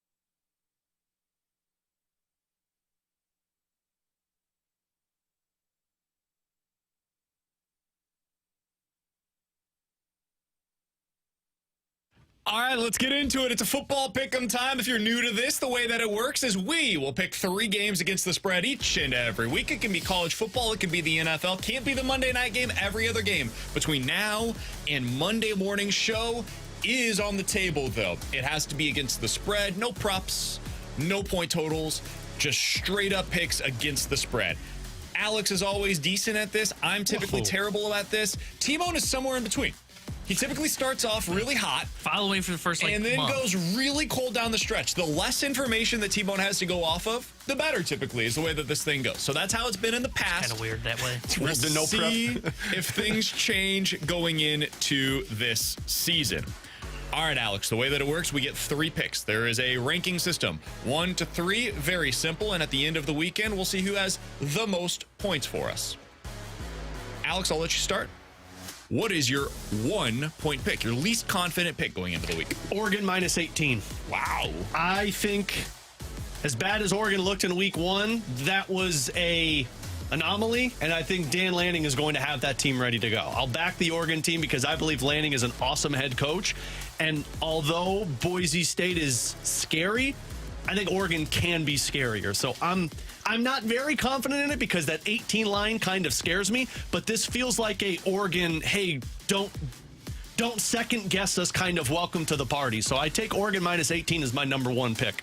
Minus 19, right? I had 18 on. And we're using Circa's line this year, by the way. Circa Sports in Illinois. They sponsor the show. They are great friends of us here on BK and Ferrario. So any line that we give you this year, I want to double check in the Pick'em Challenge will be via the Circa Sports app in the state of Illinois. I have it at minus 18 right now on the Circa app. Beautiful. And they're your what? They're my 1-point pick. Gotcha. T-Bone, what is your first pick of the week? My 1-point play, I'm going to go to the NFL to start things. And it's another one of those classics, like, I don't understand this line. Dude, I think you should do the one that I'm doing. I think this game is probably going to be a slugfest. And if we could take the under in this game, trust me, I would.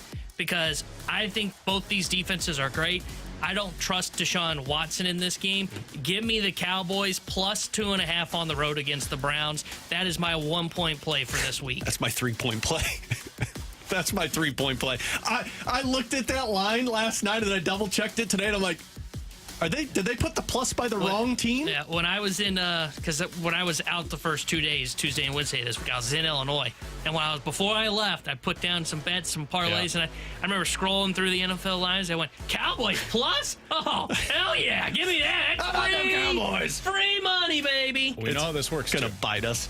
I think that far too many people, and I think this is the reason why the line is what it is, far too many people have conflated the Cowboys' postseason issues with who they are as a regular season team. Cowboys are really freaking good during the regular season. Defense is healthy. You've got Diggs available. I think there's a chance they upgraded defensively at coordinator. Yeah. I think Mike Zimmer's really good. I have serious questions about what the Cowboys are going to be in the postseason once again. I don't think that they are a team that I can trust there. Regular season, going against the Browns, it was one of my honorable mention picks. It's not one of my 3, but it was one of them that I considered this week. High five, man. He didn't pick it. All right. How about them Cowboys? Let's go, Jimmy. I have been talking all offseason about one of my sleeper teams, and I cannot go into week 1 where they are a 3-point home underdog and not pick them against the spread. I've got an out of them potentially losing this game by 1, 2, or 3 points and at least pushing. Give me the Colts plus the 3 points at home against the Houston Texans. I think they immediately come out and show us that, hey, they are a better team than we think. What Vegas is telling you based on this line is that if the Colts played the Texans on the road in Houston, Houston would be a 9-point home favorite. I do not believe there is that wide of a gap between these two teams. I think the Texans are better. I don't think that they're 9 points at home better. Give me the Colts plus the 3 points at home against the Houston Texans. So that's my number 2 play. Now, let me ask you, because the line looks like it just shifted to 2.5. Do we just want to keep it at 3? 3. Okay. I got it at 3 last night. I would have bet it last night at 3. 3 is what it is. I'm taking the Texans then minus 3 points. One we're against each other. I looked already. at this I like it. differently. Congrats, Ferrario, you won. I think Houston is going to come out screaming. I think Stephon Diggs is going to come out screaming. I think Joe Mixon is going to do that. That offense, I think, is going to cause problems for Indy. I'll be curious how their defense matches up with Anthony Richardson and the Colts offense. But that was my number 2 play. It was just the Cowboys. That line, that plus really got me too excited. But number 2 for me, Texans minus 3. My 2-point play, I'm going to the college slate. And, this program, they got so upset when they were in the Big 12, when everybody flashed their signal, their Longhorn signal, man. They got upset. Big 12 made it a penalty. Well, guess what? They ain't going to have to cry about that this week, and they're going to kick the crap out of Michigan in Ann Arbor. Give me the Texas Longhorns -7 on the road against Michigan. Didn't consider it. Thought the line was too big to consider it, but I do like the pick. If I was going to have one side on that one, I would go Texas. If it was 6.5, it would be even better. Absolutely. But it's at -7, but I still like it. Also am going to college football for my 2-point play. Mine is for another team that I fell for the hype last week. I did. Missouri. I think Nebraska has a quarterback. Whoa.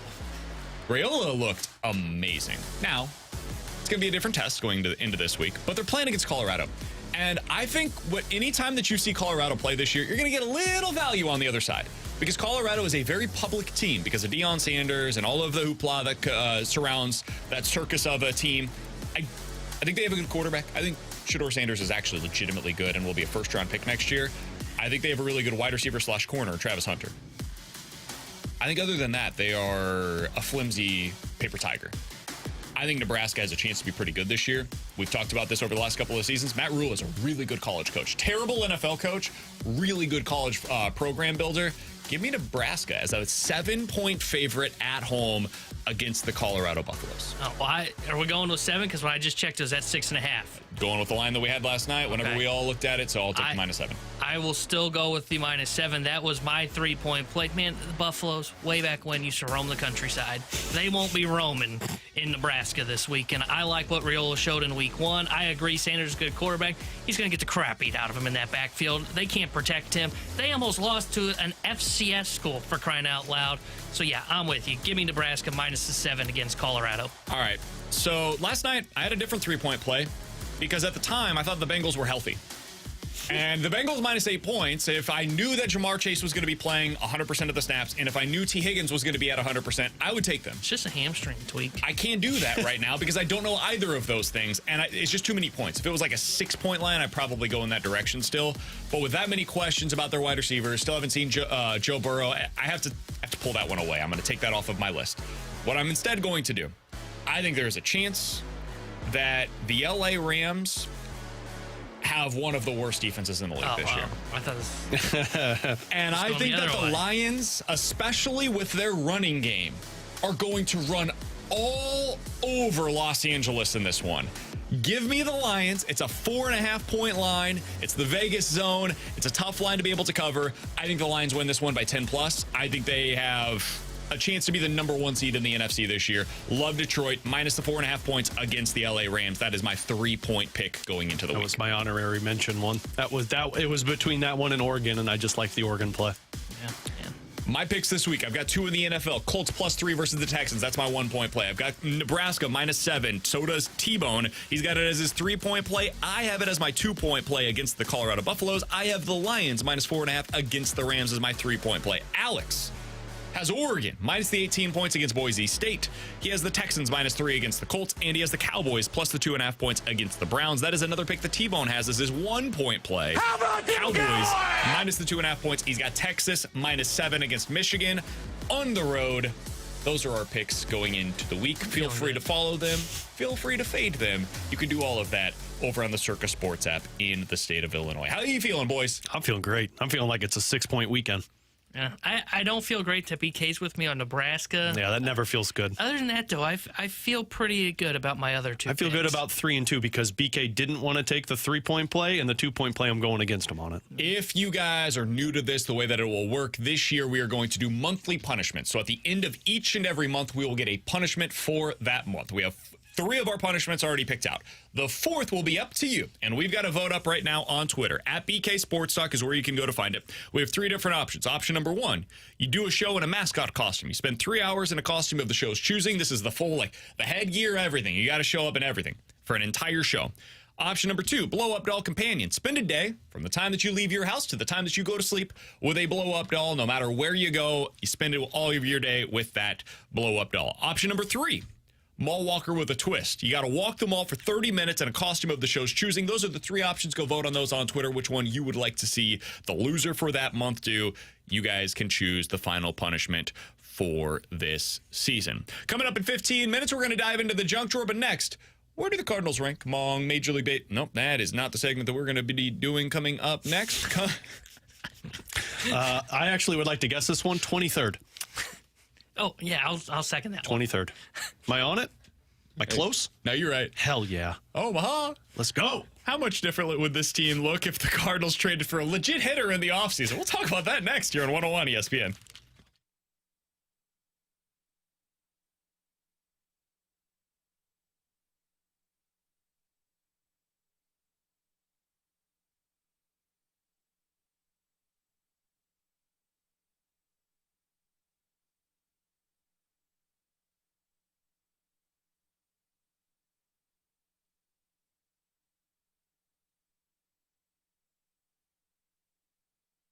Men, if you're suffering from erectile dysfunction or PE, Paramount Men's Medical Center will get your sex life back in just one visit. Their painless, breakthrough medical treatments eliminate ED and PE. Here's a specialist in men's health. I'm Dr. Simovitz. Have Viagra or Cialis let you down? Paramount Men's Medical Center offers the most effective treatments that eliminate ED and PE, with men lasting longer than ever. 98% of patients see instant results on their first visit.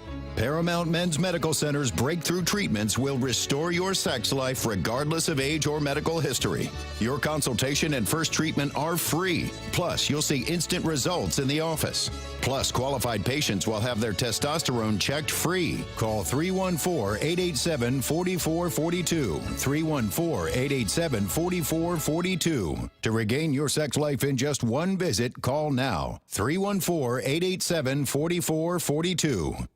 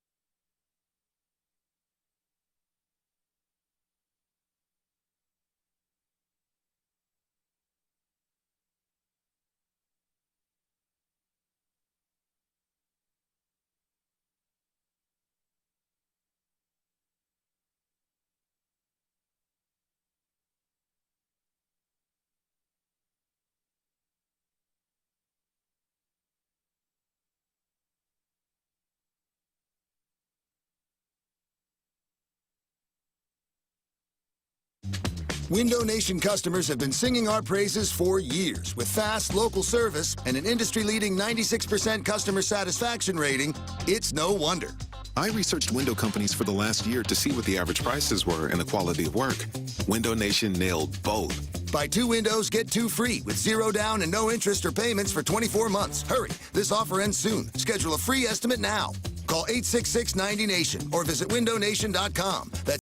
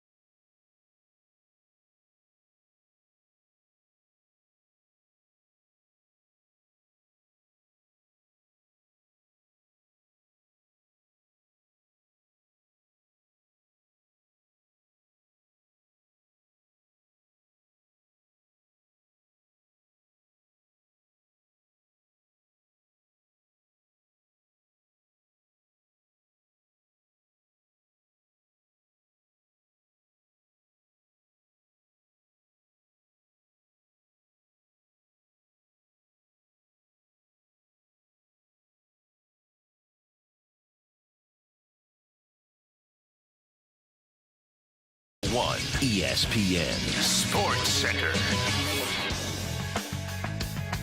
Terry Herge here with a Sports Center update driven by Johnny Londoff Chevrolet and Johnny Londoff Autoplex. Cardinals back in action tonight as they start a 3-game set with the Seattle Mariners. 7:15 will be first pitch as Eric Fetty will be on the mound for the St. Louis Cardinals. And tonight here on 101 ESPN, we've got the NFL for you. Packers versus Eagles. Pre-game coverage will start at 6:30 as that game is live from Brazil. Saturday, we'll have Michigan versus Texas and Illinois versus Kansas. And then Sunday, we'll have a triple header of NFL action. The Sports Center update is driven by Johnny Londoff Chevrolet and Johnny Londoff Autoplex. See them at londoff.com. Chevy, together we drive. Are you kidding me?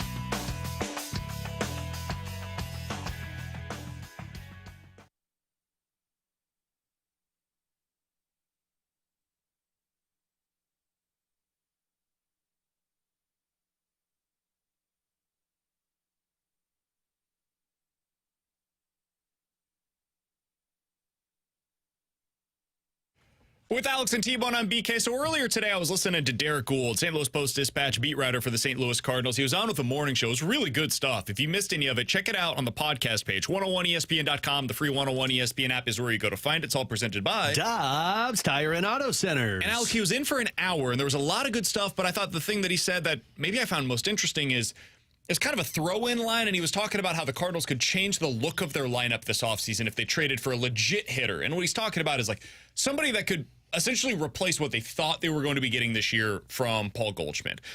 How likely is that? I don't know, but I thought it was an interesting way to look at this Cardinals team because I'm going to give you this lineup, Alex, and I'm going to leave one spot open in the middle of it. And I do think it can completely change, depending on who fills that slot, the way that we view the offense heading into 2025. Win Burleson, 1-2. Open slot in your 3-hole.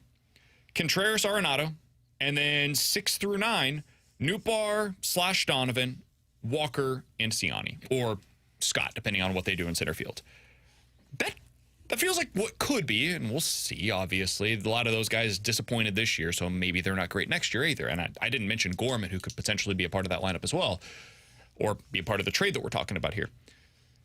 If you filled that 3-hole with the right guy, and I don't know who that specific player is. Yesterday, we brought up Vlad Guerrero Jr. I don't think the Cardinals are likely to make that kind of a deal, but like that kind of production is what I'm talking about here. Like you're talking about a middle-of-the-order bat. You put him in there every single day, 162 games, and he's there for you. Yeah. Right in pin what you're getting. Exactly. 30 home runs, 100 ribbies, like what we thought Paul Goldschmidt was going to produce. 900 or better OPS. Yes, that's the kind of guy that this team is lacking right now, and it's the kind of thing that is really hard to go out there and acquire. But if you dangle the right prospects, if you dangle the right players, you could potentially get it. Like a package of Ryan Helsley and Nolan Gorman. Like, okay, that becomes a really attractive package for another team. Maybe Helsley, Gorman, and Scott. Like, imagine what you could get. Or Helsley in one trade, flip him for prospects, then use those prospects along with Scott, Sajc, TK Rowe, etc. Like, okay, maybe now we're talking about a package that can be sent somewhere for a big-time player. How much would that change the way that you look at the Cardinals this offseason? If they were to go out there and get that, is that what you feel like they're missing most, is that middle of the order bat? I think it's what they're missing. I still think there's some tweaks to be made. Like, I still think you'd have to solidify that rotation better. Just some consistency. Of course. I think if you're talking about that roster, though, and tell me if this is outlandish, I think if you add in that player that we're talking about, aren't you kind of the San Diego Padres? Because, like, if you look at the Padres starting 9, they got 2 guys with an OPS above 800. And then, like, they got pretty much the rest of the guys around 700. And if offensively, maybe you are, but obviously you mentioned the pitching. Yeah, lags. But that's what I'm going off of. Like, offensively, are we talking about the same team? Because you'd have your big bat that you're counting on, which essentially this season has kind of been Jerkson Profar or Jackson Merrill. And then you've got all of these other guys that really are really good complementary pieces.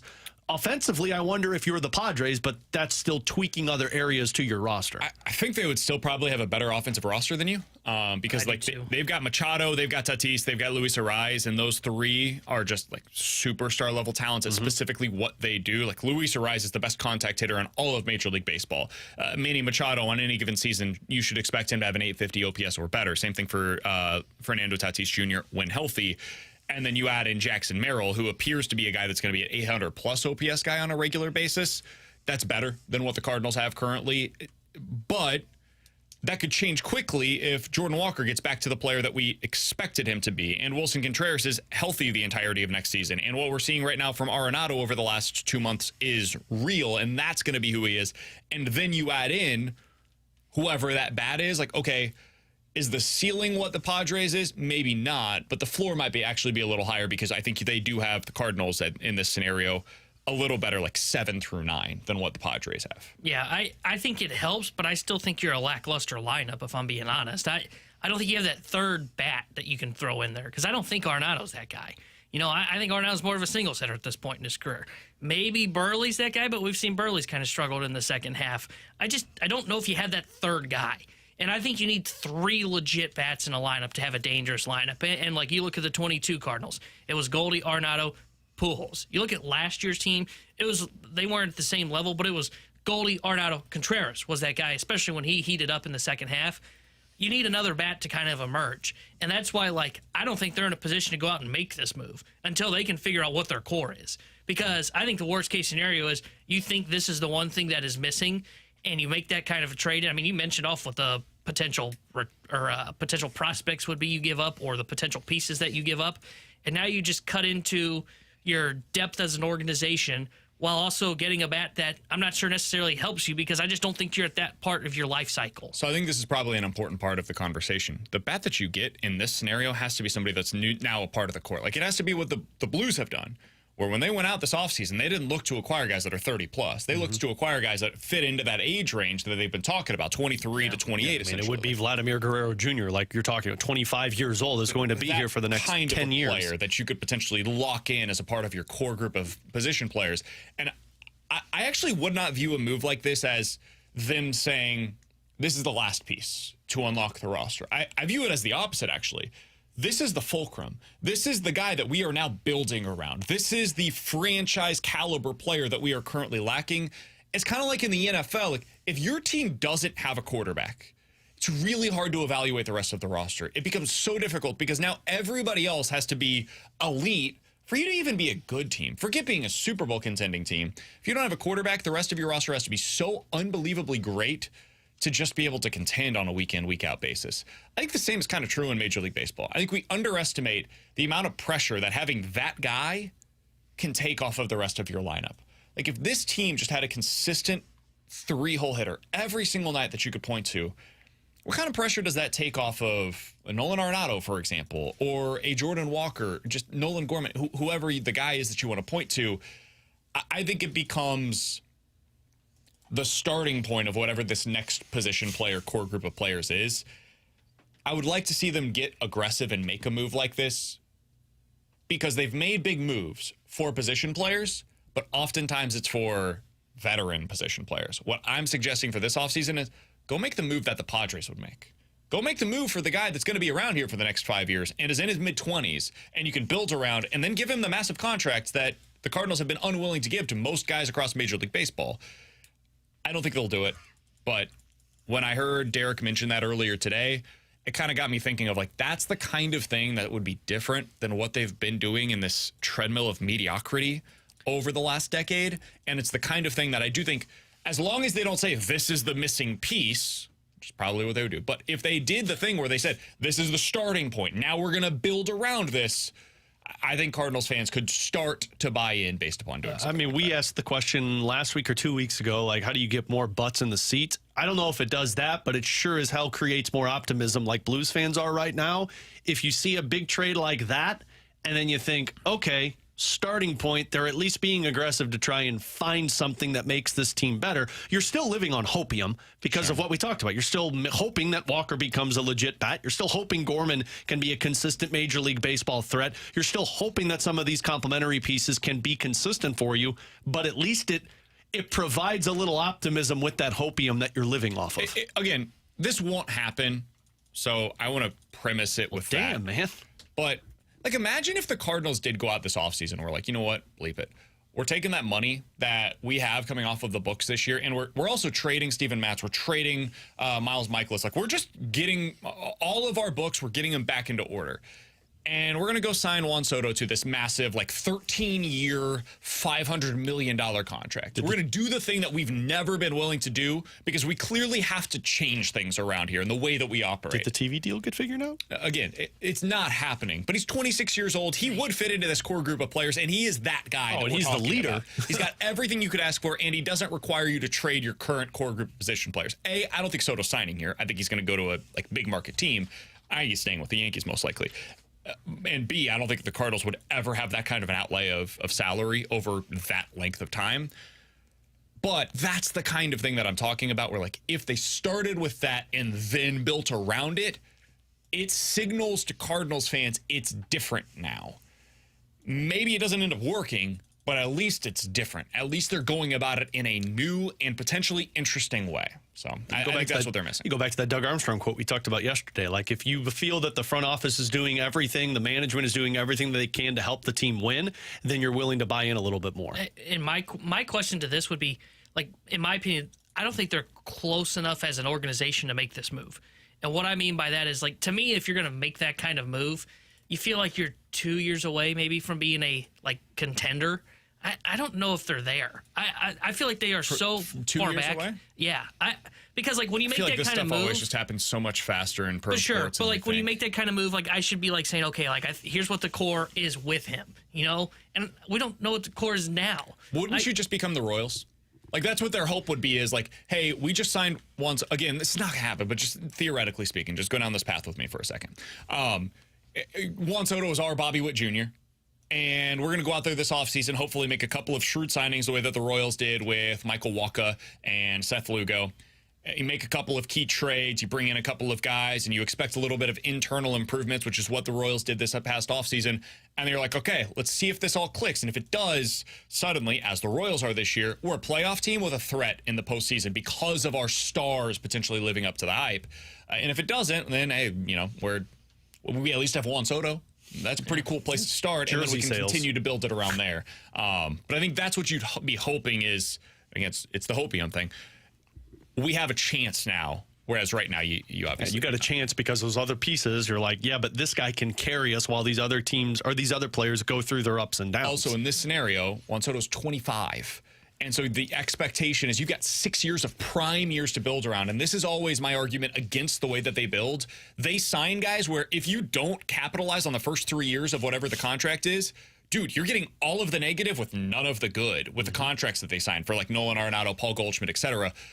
With somebody like a Juan Soto or Vladimir Guerrero Jr., those types of players that are still in their mid-20s, you have 6 years potentially to capitalize on their prime before you now have to deal with the downside of potential regression and them aging out of those prime years. So I think that's a big part of it as well. It's like maybe it does take longer. Maybe it takes 3 or 4 years. Well, guess what? Now I've got a 29-year-old Juan Soto who's still in the prime of his career that you can continue to build around. Yeah, and I guess where I differed on it is, like, if I'm, and again, it's not happening, but if you're making that kind of move, whether it be a Soto, any hitter that is, it is a 6-year window. To me, it's push time in that 6-year stretch. It's like what the Phillies have done with Harper. Ever since they got Harper, it wasn't, okay, let's kind of wait 2-3 years, and then we'll make sure we get everything kind of settled. It was, no, we are going to go. Now, it didn't necessarily work in the first, I think, like, year or two of Harper, but it was go, go, go, go, go. And I don't see that happening. And that's why I just don't think you're in that spot as an organization. Well, I've got a different comparison. I think it becomes more like what the Padres did. The Padres signaled in 2018 when they signed Eric Hosmer. Obviously, that signing specifically did not work, but when they signed him, like, we're trying again. You know what they did that year? They won 66 games. The next offseason, they signed Manny Machado to a $300 million contract. You know what they did that year? They won 70 baseball games. The following season was the COVID year, and they went 37-23, beat the Cardinals in the postseason, but then lost in the NLDS against the Dodgers. But it was a fake COVID season. And then in 2021, they won 79 games. And then finally in 2022, they were a contender. So they signed Hosmer, they signed Machado, and then 2 years later really started the build of being what we now know them to be. That's the comparison that I would point to instead of the Phillies, if you want to go down that specific path. With Tanner Hendrickson and Alex Ferrario and Brandon Kiley, none of that's going to happen. The Cardinals probably could just go with the youth movement this offseason and cut payroll in a significant Re-sign way, Lance Lynn, pick up that option. Kyle Gibson's probably going to be back. And Goldie's back as a platoon. Michael's definitely going to be back. Matz will be back. Matz is probably in the get an rotation. opportunity in the rotation. Yeah. Matz is the Robin to Sonny Gray as the Batman. They'll do the opposite of everything that we Let's just go. said. Coming up next, let's dive into the show here on 101 ESPN. The NFL is back on ESPN. Tonight, Packers and Eagles. Pregame at 6:30. Kickoff at 7:15. Your destination for the NFL in St. Louis is 101 ESPN.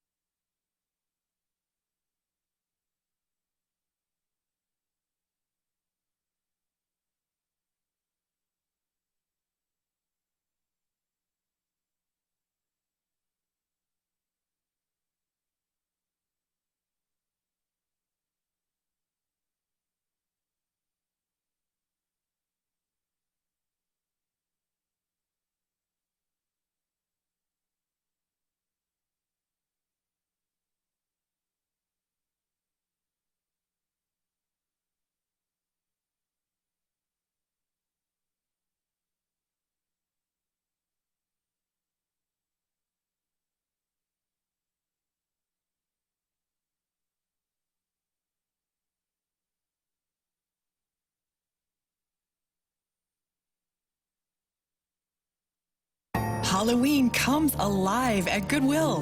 Find everything you need for a unique and fun costume right here. Check out lots of amazing finds from formal wear to vintage clothes and accessories. We have everything you need to bring your look to life. Hurry, Halloween will be here sooner than you think.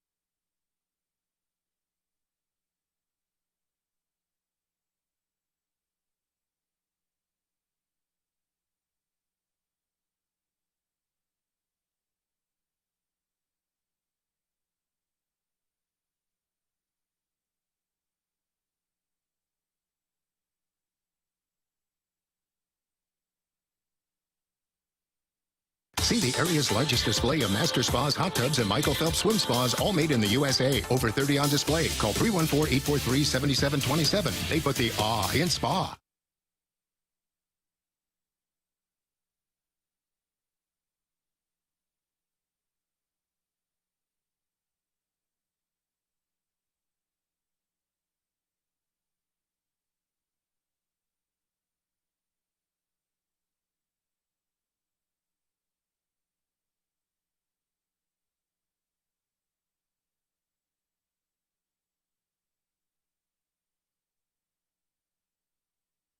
Let's open it up. The Junk Drawer with BK and Ferrario. Brought to you by Fenton Bar and Grill. Best trust wings in Missouri. Dine in, carry out, 7 days a week.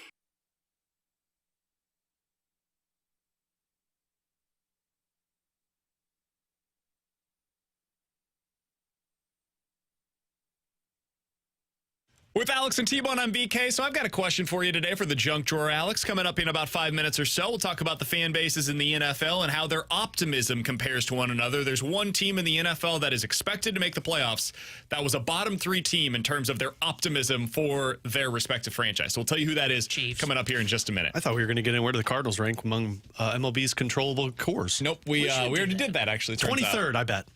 I haven't read it yet, but we already did that earlier today. You must have missed the segment. They don't have an elite superstar. If you also missed the segment, you can check it out on the podcast page, 101ESPN.com. The free 101 ESPN app's where you go to find it. It's all presented by Dobbs Tire and Auto Centers. We'll also be giving away a 4-pack of tickets to next Tuesday night's Budweiser Bash game coming up in the 1 o'clock hour. So stay tuned for that. Alex, for my junk drawer story for today. This weekend, we got another wedding. It's football season, which means, obviously, it's wedding season. So, of course it is. What is your philosophy on wedding gifts? Do you guys go into it with like we give a gift every time, like an actual tangible gift? Are you guys we will give cash and you have a specific amount that's ready to go?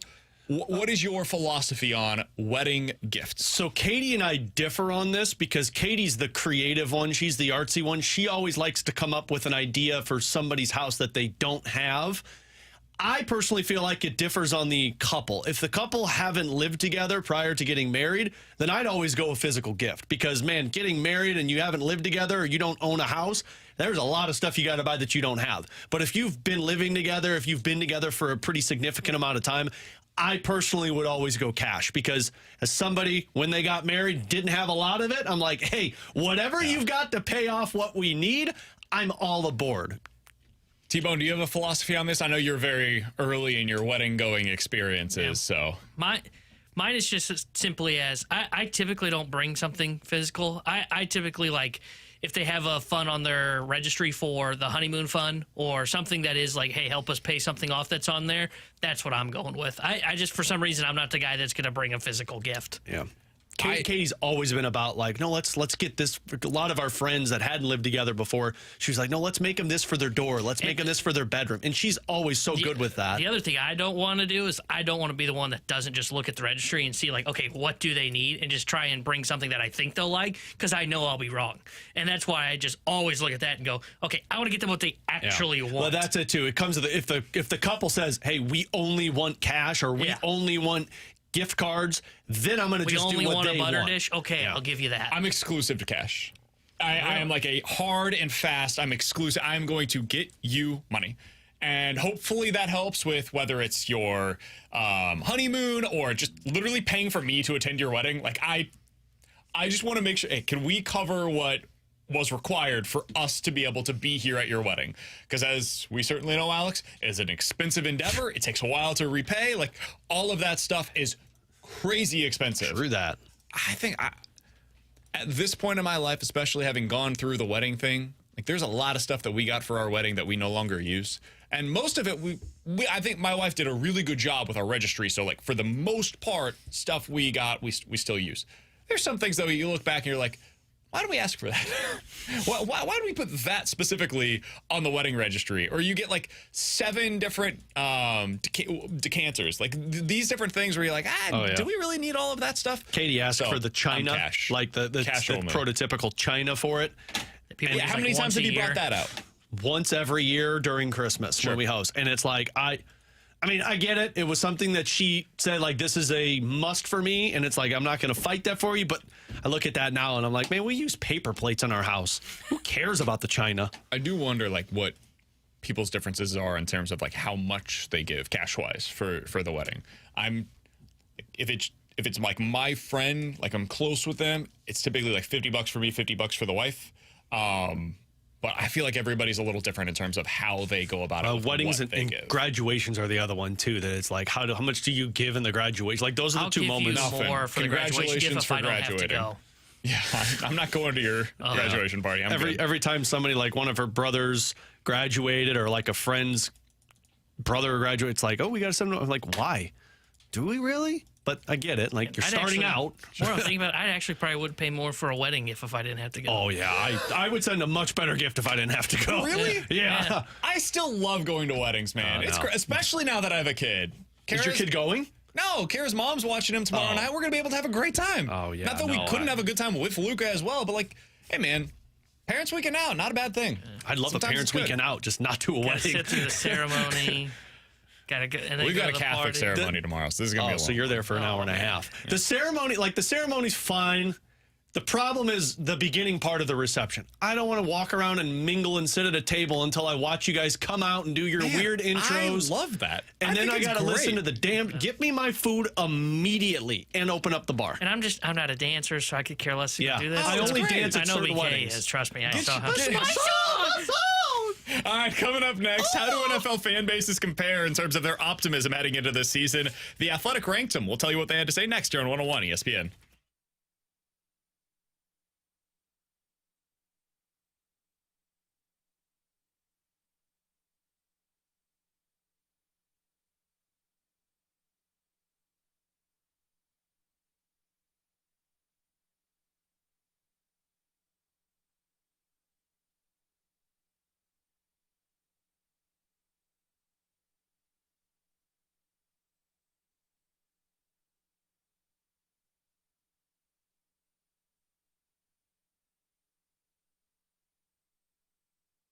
Texting privacy policy and terms and conditions posted at renofi.com/notices. Texting enrolls for recurring automated text marketing messages. Message and data rates may apply. Reply stop, opt out. John, I'm putting my foot down. We can't put off renovating this house any longer. Our kitchen is so small. We need to finish the basement for the kids, and don't even get me started on the bathrooms. Honey, renovating is so expensive. We can't do all those projects. With Renofi, we can. What's Renofi? Renofi loans are a new type of home equity loan only for homeowners doing renovations. We can get up to $500,000 and keep our existing low mortgage rate locked in. With Renofi, we can do everything on our renovation list and we don't have to refinance? That's right. Renofi loans are the only home equity loan that use the after renovation value. Just what we need. How do we get started with Renofi? Just send them a text. Text TOOK to 323232 and see if you qualify for up to $500,000 to renovate your home with Renofi. Unlock the future value of your home right now to get the money you need without refinancing. Text the word TOOK to 323232 to get started today. Text TOOK to 323232. NMLS number 1802847. Not all borrowers or properties qualify. Loan terms apply.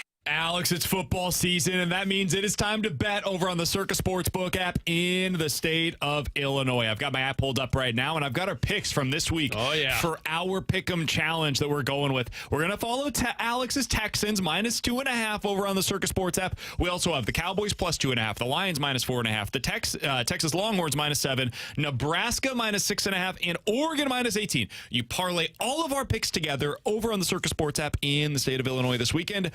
$10 wins you $475. Alex, this is the place where we're betting this fall. That is the Ferrario parlay I like to hear. Those tight money line splits, not being limited off of your winnings, and getting incredible customer service. What more could you ask for than your sports betting needs with Circa Sports Illinois? Download it today. Get ready for the football weekend. Make all those big parlays and win the most money possible. If you or someone you know may have a problem with gambling, call 1-800-GAMBLER or text ILGAMB to 833-234.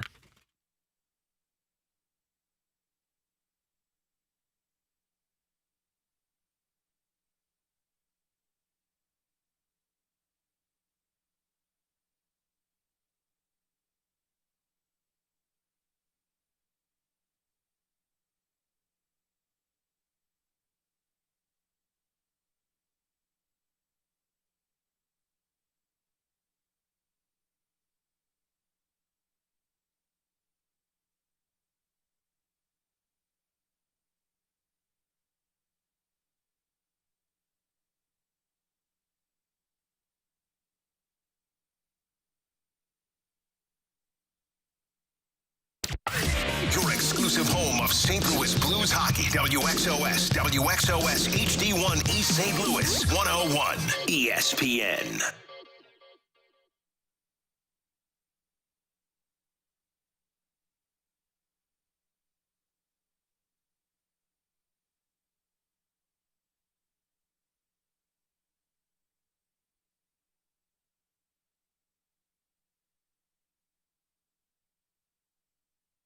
Alex, so it's no surprise, New Orleans Saints fans super, the opposite of optimistic going into the season. I was going to say super optimistic. I was like, no, that ain't Super right. optimistic of being bad this year. Take two. Alex, it's no surprise. The New Orleans Saints going into this season, their fan base not particularly optimistic. The other team that is at the bottom of the barrel when it comes to optimism heading into this year. Ooh, let me guess. The Panthers. They're down there as well.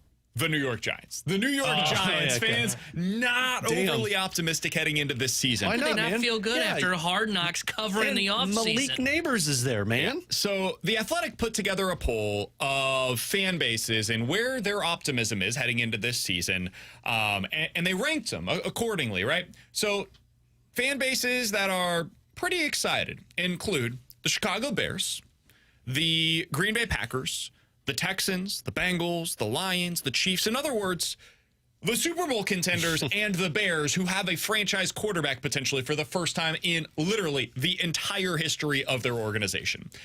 There were some teams at the bottom of this barrel, though, that surprised me a bit, or that I found particularly compelling, Alex. I want to read these off for you. Okay. So teams at the bottom included the New Orleans Saints, the New York Giants, third on the list in terms of the least optimism going into this season. The Dallas Cowboys. Oh, dude, I knew they were going to be at the bottom before you said their name. You have to not be optimistic about a team that's going to be great in the regular season and blow it in the first round of the playoffs. Think about this. So the other teams that are down at the bottom, that are like, these teams are actually ahead of the Cowboys in terms of optimism. Fan bases. The Patriots, the Browns, the Steelers, the Vikings, the Raiders, the Panthers, those teams are all like 50% or below in terms of their fan base saying we are optimistic heading into the season. And that makes sense. The Cowboys are at 20%. I mean, if you're a Cowboys fan, the only optimism you have is maybe this is the year we win a Super Bowl, but you also know who the head coach is, and for me, you also know who the quarterback is. Alex, are the Cowboys the St. Louis Cardinals of the NFL? I think they might be, man. They've been T-Bone's face going like, they've been kind of miserable for some time now. I think it's the Steelers. Like my personal comparison of we're not that Cardinals. We don't have that coach to the NFL is the Steelers because they've been like riding out 9-8 every year without like having any real postseason success since like 2015. Yeah, but we got that quarterback room. And the last time the Steelers won the Super Bowl was what, 2008? Yeah, is that right? Is that right? So like they've been riding on the coattails of that early 2000s success for a really long time now, and they've had some success in the playoffs, but really it's been a lot more than a decade since that as well. So I think that's the closest comparison, and they're also towards the bottom in terms of fan optimism. Who's the Cowboys of Major League Baseball though? Like no real optimism, probably having regular season success, but then you look at it, you're like, oh, what is this going to lead to? Who is that? Is there a comparison? Is it the Dodgers? Yes, I was just going to say, but the Dodgers at least I think have optimism because you keep bringing in these incredible players, and every year you're like, man, this is the year. Is it the Yankees? I think it might be the Yankees. I think Yankees fans kind of hate their team. Yeah, I think the Yankees are like, I this don't team believe in the sucks. Yankees either, so I could get that. Because the thing with the Cowboys and the Cardinals is like the Cowboys are always willing to spend the money, and the Cardinals, although they do spend money, it's not to the same level. Like I thought Dodgers originally, but like you get hyped when you get Mookie Betts and Shohei Ohtani. Oh, yeah. The Yankees are just the same team every year where it's like, oh, bring back the same manager, got Aaron Judge, which is exciting, but now what? We got Juan Soto, hey! But this team knows what's going to happen. Yeah, it probably is the Yankees because they're the team that like has not had a ton of success recently in the playoffs. And you look at them and you go, okay, well, they've got two legitimate pieces. Like, I mean, you look at the Cowboys, they've got at least three legitimate pieces. Like, Dak's a good quarterback, but they've got Parsons, who's great defensively. They've got Diggs, who's good defensively. They also have CeeDee Lamb, who's one of the best wide receivers in football. So it probably is. They probably have more of the star talent of the Dodgers, but it is more like the Yankees. But I don't know if the Yankees have that much star power.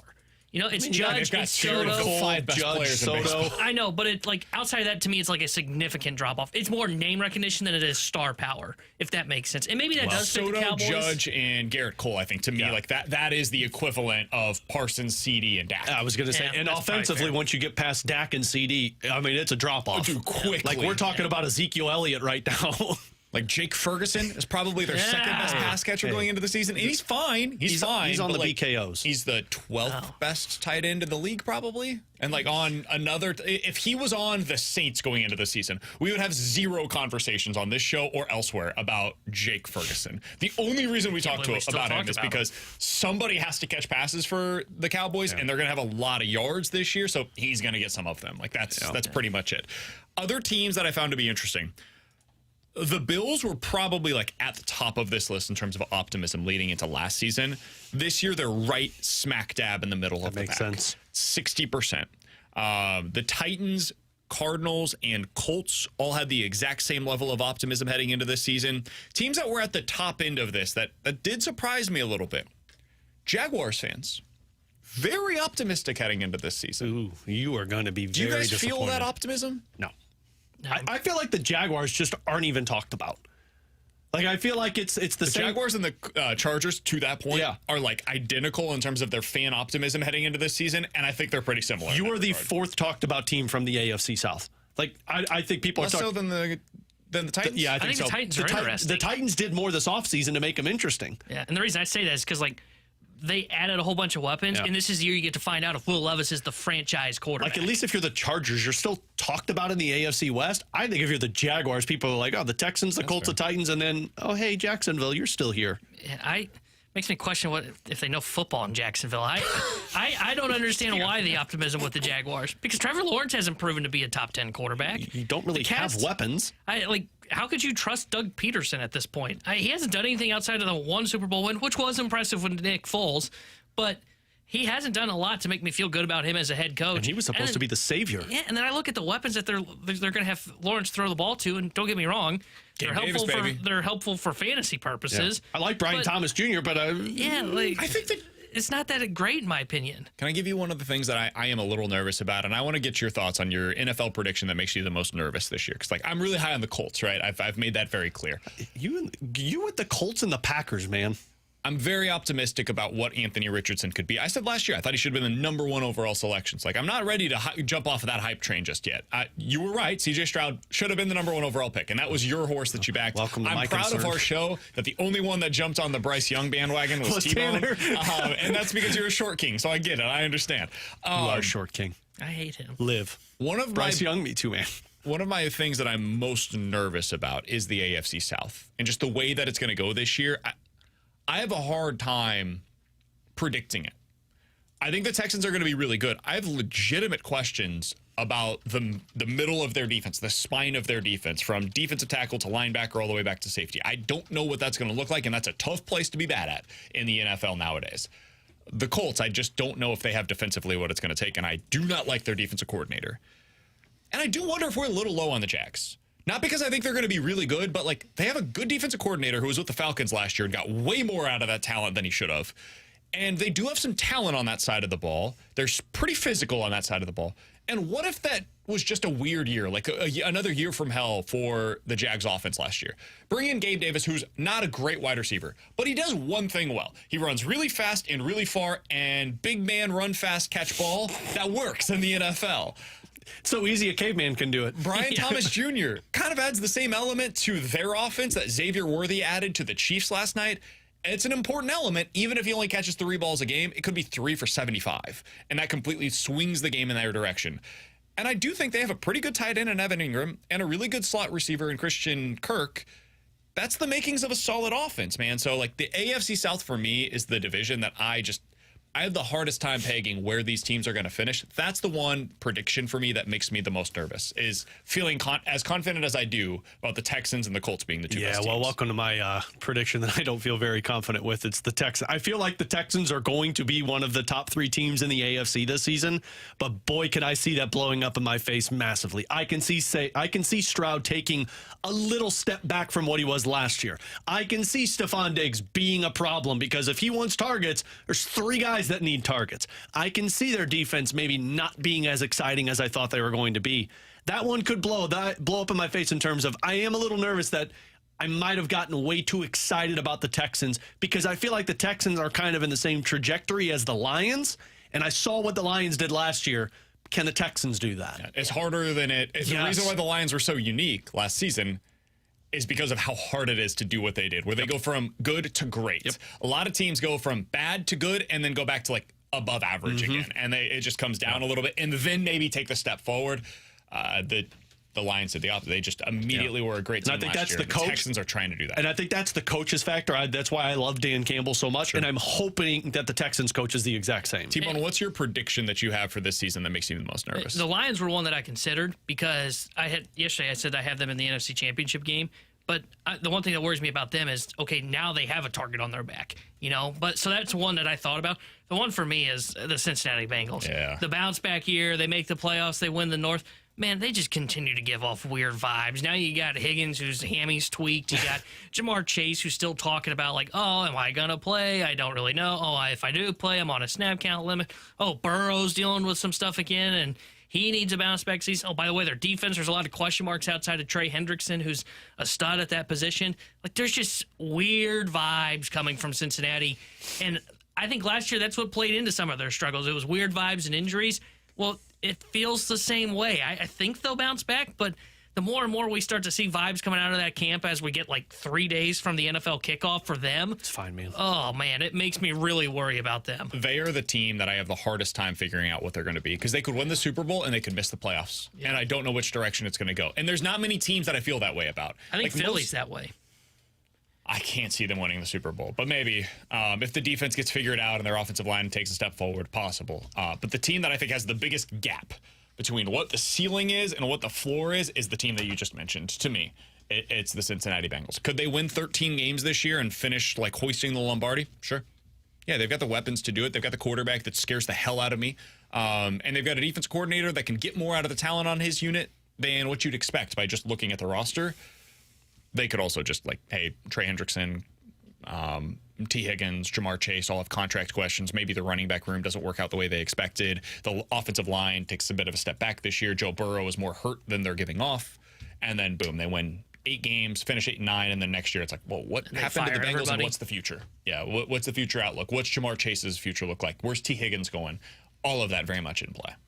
And that makes me nervous about them as well. I'm totally with you. All right, coming up in 15 minutes, we're going to look at this upcoming weekend in the NFL with our weekend look ahead. We're going to look at the matchup that we're most intrigued by, the upset pick that you've got going into this weekend, and what's the overreaction Monday game? The game from this weekend that we get on the show on Monday and everybody's overreacting to. What is that game going into this weekend? We'll tell you coming up in 15 minutes. But next, 314-399-9646 is the Air Comfort Service text line for One's Gotta Go. You give us 4 options. We'll tell you which one's got to go next here on BK and Ferrario. From the opening drive, the balloon party, BK and Ferrario, to the fast lane and more. If you missed anything on 101 ESPN today, get caught up with all the shows and 101 podcasts at 101ESPN.com or on your 101 mobile app. Driven by Dobbs Tire and Auto Centers.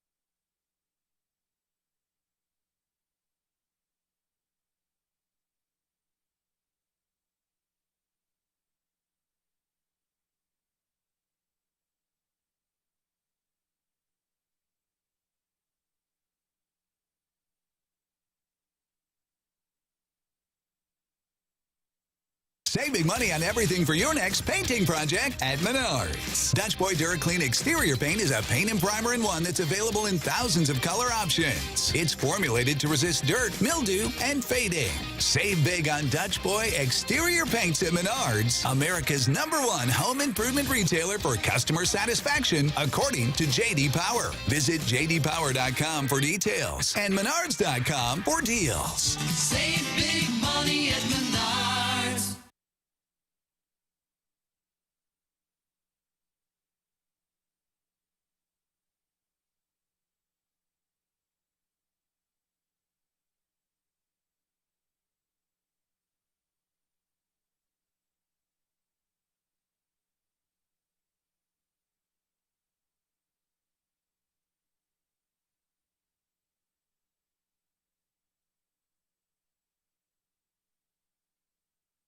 Did you know your skin is the largest organ of your body? Huh? That's why you should shower with Old Spice Super Hydration Body Wash instead of plain old bar soap. Love your skin by super hydrating it with vitamin B3 and glorious notes of vanilla and shea. Did you know that my super hydrated skin is the second largest organ of my body?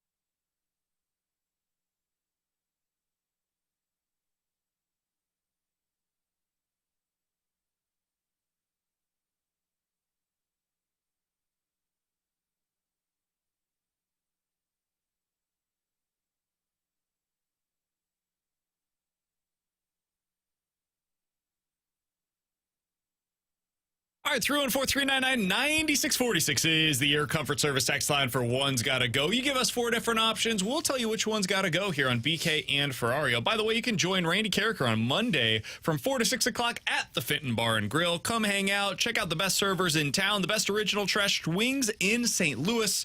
Plus, get signed up for 101 ESPN giveaways. It's all at the Fenton Bar and Grill on Monday with Randy Carricker. You can check out more at 101ESPN.com. All right, Alex, we're starting with the Cardinals-related One's Gotta Go. One's Gotta Go Young Player Edition. Alec Burleson, Lars Nootbaar, Michael Ciani, or Victor Scott. Which one's gotta go? Burley, Newt, Ciani, or Scott? I would get rid of Michael Ciani because I think I have Michael Ciani and Victor Scott. We talked about this earlier this week. I think you gave a different answer then, but that's interesting. I did. I would probably stick with Michael Ciani for the Cardinals' sake, but I mean, the upside would concern me if I'm the Cardinals, that guy could go somewhere and be better than what Michael Ciani is. I guess that's a fair point. Really, what we were talking about then is you could get more in a trade for Scott, most likely, so the value's greater there. Yeah. So you keep Ciani and get the value via trade with Scott. Yeah, but thanks for trying to swipe me under the legs. Sorry, man, I'm a jerk. I was going to say a different word, and I'm glad I did. What were you going to say, man? Yeah. Go ahead. I would say Ciani is the one that I would get rid of there, too. I think you're right. I think worst case scenario, well, kind of worst case scenario, Scott can be what Ciani is, but I think there's more value there. Like, I think he provides more value on the bases. And I also just wonder if Ciani's a one-hit wonder. You know, I wonder if you capitalized on that. Like, the Cardinals were clearly right in Palacios. Like, Richie Palacios, and it was a smaller sample size in a month. I was like, whoa, I really want that guy to be a fourth outfielder. And now I see him in Tampa Bay and go, yeah, they were right to make that trade. So I would say Ciani's the one that's got to go. I think I would go with Ciani as well if it's just getting rid of them and not a trade, right? If you're just telling me, like, hey, you have to remove one of these players from the roster. I would want Scott long-term because of everything that you guys have said about the upside. If you're telling me that this is one's got to go via trade this offseason, the guy that I would be trading is Victor Scott out of these 4 players. We did have somebody on the text line, 314-399-9646 is the Air Comfort Service text line for One's Gotta Go, say, guys, why is Newt so beloved? His stats are really just not that good. I think it's because of what he's doing right now. I think he's beloved because of the personality as much as anything else. I also just like, man, if you trade that guy, and I'm not saying you can't, like if you trade him, you trade him. If he's got value elsewhere and he's the guy that's got to go, whatever, it is what it is. If you trade him and he goes elsewhere and he ends up having a 780 OPS, I know this fan base, and I know what's going to happen And fans are going to say, how could you have possibly traded that guy? You knew he was going to go on to have success elsewhere. It's happening again. Well, a 780 OPS is what he's done each of the last 2 seasons here. So he wouldn't have gone on to be a different player than he was here. He's just doing it in a different uniform. And so now we're criticizing the Cardinals for him doing exactly what he did here. Some of that's happened with some of the other guys that have gone on to have quote-unquote success elsewhere that are basically the same versions of themselves. We just value the numbers better when we don't watch it every day elsewhere. You see the back of the baseball card and you're like, oh, wow, 780 OPS. But when Nootbaar does it here, we're like, that's underwhelming. So I think that's something to keep in mind is we place different emphases on what players do when they're here versus once they've gone on to play elsewhere. Totally different with O'Neill. Yeah, except that it's the same. No. All right, 314-399-9646 is the Air Comfort Service X line for One's Gotta Go. One's Gotta Go Condiment Edition. Salsa, ranch, ketchup, or barbecue sauce? Ketchup. I don't like ketchup. Like, I think I use it on maybe one thing, and it's occasional I use it on a hamburger. Don't use it on hot dogs. Don't use it with French fries. Really? No, I actually despise ketchup with French fries. Man, I like all 4 of these, but if there was one I would say I could get rid of, it's salsa. You know, What? Dude, yeah, that's if like the if goat. I'm having chips, I want it with like a queso. You know, I don't want to. You don't like salsa? Nah, love it's salsa. fine. You know, It's got to be the chunky salsa, too, right? Oh, not chunky. You the I don't chunky want- guy, or you no. the... I could go either way. I love the chunky I'm salsa. I hate chunky salsa. Equal opportunity salsa eater. Like chunky, like I'm good with whatever. non-chunky? Man. What's You throw me- non-chunky? Is it picante? Is that what it's That's called? just like a sauce more Yeah, than it is. that's a what I salsa. don't like. That's not a real salsa. I don't like that, like, The water paste picante? Yeah, that's Yeah. nasty. Yeah, no, I could live without salsa because there's other, like, I could just go chips and put it in some queso. So, yeah, that's the one that's got to go. Man, that would have been like if I was doing a NCAA tournament style bracket of sauces / condiments, salsa would be a 1 seed for me. Like I can sit one of my like biggest weaknesses as a like eating healthy kind of thing would be like chips and salsa. I could sit there and eat an entire bag of chips. Like you go to a Mexican restaurant, by the time my food gets there, I'm already full from the chips with the salsa. That's it's true. disgusting. Yeah, I think my onesie would be ranch, though. Oh man, ranch is like Frank's Red Hot Sauce. I put that ish on everything. Ranch is my one that's got to go. Yeah, because you don't like white gelatinous substance. I get that. I love get ranch that. on a good salad. Oh man, ranch is good with everything. I don't know if there's anything else I use it for. refuse to. Ranch would be like Name it. I'll try it. Chicken bacon ranch pizza is pretty good. Chicken bacon ranch sandwiches are phenomenal. The only thing I do like ranch on is a buffalo chicken wrap. If you have a buffalo chicken wrap, now I prefer it to have blue cheese. Dip your wings in But there. if you have it with pizza? a ranch, I will eat it. I will consume it. That's just about it, though. Do not overlook a nice little slight topping of ranch on your buffalo chicken pizza. You guys go if you get wings at a wing joint. Are you going like if they say, "Hey, would you like ranch or blue cheese?" ranch with that? Are you first. going ranch or blue cheese? Oh, I don't go sauce. No sauce. I just want the wing and He it's raw sauce dogs that's it, rolled man. in. I don't want it in ranch. I don't want it in blue cheese. No thanks. Dude, you're crazy. Really? That's the best Yeah. part of it. No. You get What the kind- mix of the sauce with the wing sauce. What's your wing sauce that you typically go with? It's typically something pretty spicy. Like regular buffalo's good. I'm trying to think. Like, Okay. The other thing is I don't get wings that often either. But when I do get them, I don't want any sauce on it. I just want it. If I tossed told in you sauce. tomorrow, you're getting the food catered to you, right? It's coming to your house and it's presented to you, and it's like not the nasty kind where it ends up being all squishy and gross and stuff after it's been delivered, like for 45 minutes in a car that they just like drove around St. Louis for a while. Probably ate it too while they were But if I driving. told you it's fresh food, it's coming to you, and it's going to be good food, ideally during the football weekend, what's the number one food of choice for you? Like, is it pizza? Is it wings? Is it nachos? What's the number one choice for you if you had your choice of everything? It used to be available? wings. Sliders. It used to be wings, but now I've started smoking like pulled pork or brisket and then putting it on nachos. So mine's loaded nachos these days. Big fan of it. You chop up some jalapenos and red onions and throw them on there. It sounds good. And a little ranch. Can we come over? Absolutely, man. I've invited you. Yeah. You picked the weekend. Never have, but it's No, cool. I did. I showed you the picture of my fire pit. Mine would be pizza. That's where I'm at. Pizza's as well. my go-to We did now. that last night. I told Kara, I said, you know what? I think it's a pizza kind of night. I We're like opening pizza up the for football dinner season. though.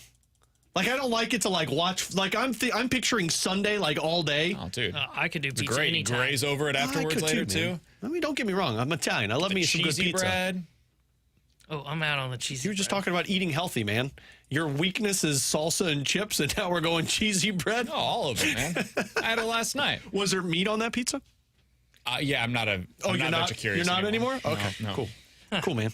No, we're done. Well, curiosity killed the cat. Yep, so yep, we're good. Yeah, there was pepperoni, pineapple, jalapeno. That's my go-to pizza. Oh, Say that again? Pepperoni, Fine. pineapple, Disgusting. jalapeno.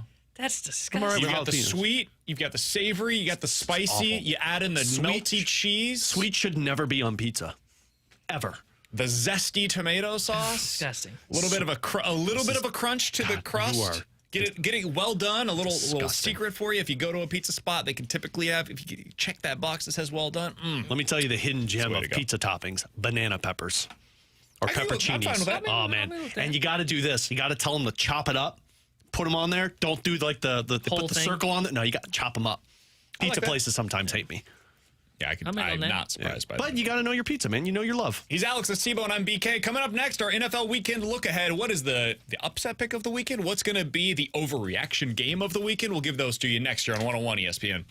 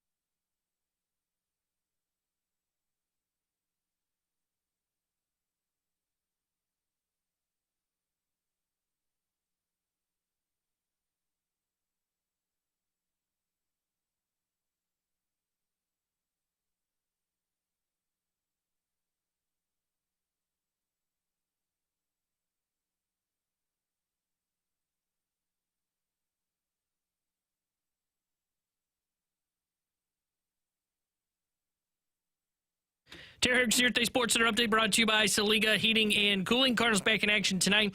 They start a 3-game set with the Seattle Mariners. 7:15 will be first pitch. Eric Fetty will be on the mound for St. Louis. And tonight here on 101 ESPN, we've got NFL football for you as Green Bay Packers take on the Philadelphia Eagles from Brazil. Pre-game coverage will start at 6:30. This portion update is brought to you by Saliga Heating and Cooling, an independent American Standard heating and air conditioning dealer.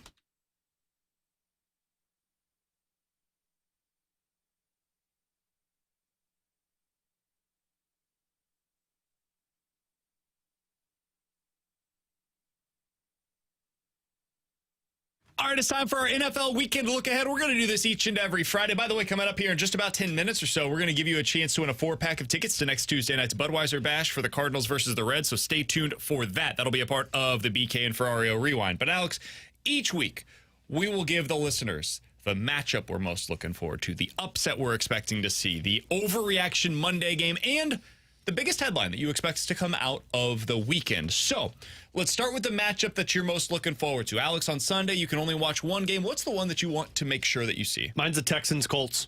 That's mine as well. Because of what we've talked about, man, I think that's going to be the two teams that are fighting for the top spot in their division. But I'm also curious what the Colts look like with a healthy Richardson. And is this offense going to be as elite as they're making it out to be? That's my pick for the week as well. If I was going to go with something different in terms of the matchup of the week going into this week, it would probably be Cowboys versus the Browns. Mostly because, I think a lot of people are still anticipating, despite Deshaun Watson, nobody believes in them, the Browns to be a playoff type of a team this year. Are they that? Vegas thinks so. They see Cleveland as a 2.5-point favorite in this game. I know we're all on the Cowboys side of things here, so that would be another one that I would point to. T-Bone? Yeah, mine would be the Sunday night game, Rams-Lions. I mean, what they played to Makes sense. Well, no, but that playoff game that they played was awesome. And I think you're going to see a lot of the same things from what you saw a year ago. One that I would throw kind of under the radar that I think could be good is Arizona-Buffalo. Agree. I think that one's got a chance to be a decent offensive game that you can see, and you look at both those sides and go, okay, I might have been sleeping on both of these teams. Yeah, I think that could be like a 31-20 type of a game where you end it and you're like, wow, it wasn't really that close necessarily, but it was a super fun game to watch. Lots of fireworks, lots of offense. All right, next one up here. The upset you expect to see this weekend. Now, I typically try to say more than a 3-point spread in this. You can go lower if you want to, but typically I try to look at the Vegas lines and say, okay, more than 3 points is kind of what I want to see here for a real true upset pick. For me, Alex, I'll go ahead and get us started here. I've got the Broncos over the Seahawks. I don't know how much I actually believe it, but if there's going to be a significant upset this weekend, I could see it. Bo Nix comes in. He does the whole, hey, I'm going to be late career Drew Brees facsimile. Defense is solid. Seahawks come out. Maybe it's a couple interceptions. It's like a 17-13 ugly smash mouth style Sean Payton game. Broncos go away with a win. I don't feel great about it, but that would be the one that I would pick. The first one I looked at was Giants over the Vikings, but it's a 1.5 spread, so I'm going to go bigger than that. It's the Titans over the Bears. I like the Bears. I think they're going to be exciting, but I think after this week, you'll see the Tennessee Titans hold their ground with Chicago and might eke out a win. And I wonder if you're looking at that going damn, Tennessee might be better than what we're giving them credit for. Tough defense as well. Really tough one for Caleb Williams to go up against in week 1. Yeah, mine's a 3.5-point dog, and it is the Washington Commanders. I think you could see Jane Daniels have maybe a little breakout here in this first game and surprise the Tampa Bay Buccaneers. Love it. I think they're going to take down Tampa Bay on the road. Jaden Daniels is my pick for offensive rookie of the year this year in the NFL. I think he's going to put up bigger numbers than Caleb Williams, even if Caleb Williams might be a little bit better. Love to know who he's throwing the ball to. Terry McLaurin. That's fine. He's going to run. One guy. That's it. He's going to run around. I think he's going to finish with 800 yards. He's going to be doing a lot of what Lamar did last night. Yeah, exactly. All right, the overreaction Monday game. So this is the game, last night is that, right? Because it's the Ravens versus the Chiefs, but it's also an island game. Everybody watched that one. So going into the weekend, there will be at least one, maybe even two, where we go into Monday and we're like, whoa, did you see that? Whatever that was. Alex, for you, what's the overreaction Monday game this week? I think the overreaction is going to be the Falcons frauds. I think the Steelers win this one, and I think everybody's hyped about the Atlanta Falcons right now. Sorry, Stoltz, if you're listening right now. It's a home game for Atlanta. Kirk Cousins, this newfangled offense with a new coach. I think Pittsburgh shows up and beats them, or at least keeps it close, and people are walking away going, man, I don't even know if the Falcons are any good. And I think that's going to be overreaction. They'll be fine. Yeah, it's interesting you say that one because mine goes to the Chicago Bears. That's one where I can see where if the Titans play well, it's, whoa, look at Will Levis and look at what he can be. Or it's the opposite, where it is, oh, see, Caleb Williams is going to be the guy that ends up leading the Bears to the playoffs. I see that one because you got two very young quarterbacks trying to make an imprint on their team in week one. I see that being the game that everybody overreacts to. I totally agree with that. That was one of my choices. The other one that I'm going with is the game that I mentioned that I'm most looking forward to watching this weekend, and it's Colts-Texans. I don't know which side it's going to be on, but whoever wins this one, their quarterback probably went off because I think both defenses are liable to give up 30-plus points. If C.J. Stroud goes out there and throws the ball all over the yard, the immediate reaction is going to be, wow, the Texans are every bit as good as we expected them to be, and it'll be very similar to the reaction that we had last year when the Lions beat the Chiefs in Kansas City on Thursday night, and then the next day we came in and we're like, wow, that was a statement game for the Lions. They are legitimately a Super Bowl contender. The Texans have the chance to be able to put that imprint on the season this weekend. The Colts, it's also pretty interesting, man. Mm-hmm. If they go out there and in week one take down the media darlings, the favorite pick, I guess, the most popular pick probably to like end up in the Super Bowl, not named the Chiefs out of the AFC this year. If they do that in week one, Colts immediately get a lot more hype going into week number 2. The other matchup that I can see being an overreacting is the game tonight. If the Eagles lose, because I can't see the Packers beating the Eagles. The Eagles lose, it's going to be Nick Sirianni on the hot seat. This offense isn't as good. I could see that one being an overreaction. All right, final thing here for our NFL weekend look ahead. We'll do this each and every Friday heading into the Sunday slate. Your biggest headline that comes out of the weekend is what, Alex? It's from the New York Jets. Either Aaron Rodgers is officially back or the New York Jets aren't as good as they made it out to be. It's tough because that's a Monday game, but what else would you have? It'd be hard to react to that on a Monday as a headline. Didn't even make it through week one without making a mistake. Damn. Love it. Absolutely love it. It's part of the weekend, we can use that, man. T-Bone, what do you got for us? Mine is going to be, Damn. I think you're going to see one reaction. Stupid. The two that I've thought of, and I think the one I'm going to settle on is the headline is going to be, look at this young quarterback class. I think you're going to see Caleb Williams play well. I think Jayden Daniels will play well, and Bo Nix will play well, and everybody will be talking about the quarterback class that was drafted this year. Can I give you another one, guys, because I failed the first time? No, I like just your one. The headline is going to be Monday morning headline. Well, tonight. Tonight, Aaron Rodgers is officially back. No, the other one for me, because it's not the weekend, Josh Allen's going to be just fine. Buffalo goes out there, puts up the points, beats up on Arizona. It's a terrible headline. I wouldn't click on the story, but I like the story. So you're out Monday, right? Yeah. Good. Make sure I'm not listening to you on the opening drive. Don't worry, you would never do it anyways. All right, my headline coming out of the weekend. It's also not a great one. It's just because of you. I love it regardless, without you. Yeah, when I'm not in there, Alex is listening 7 a.m. to 10 a.m. I'm in my every car. single day. When I am in, he makes sure to avoid it. I'd boycott it. I sleep in that day. My biggest headline for Monday morning: Lions run roughshod over the Rams in 34-21. I think the Lions are going to absolutely destroy the Rams going into this weekend. Sorry, T-Bone. I don't feel great about that. I think the Rams are going to have a decent season this year. I think this I'm not going to click on that. Fair. This is a terrible matchup for them. That run defense, that newfound defensive line, they got a bunch of young guys in there, and you don't have Aaron Donald this time around. I think the Lions are they're going to run it like 40 times in this game, right down their throat, finish with like 200 yards on the ground.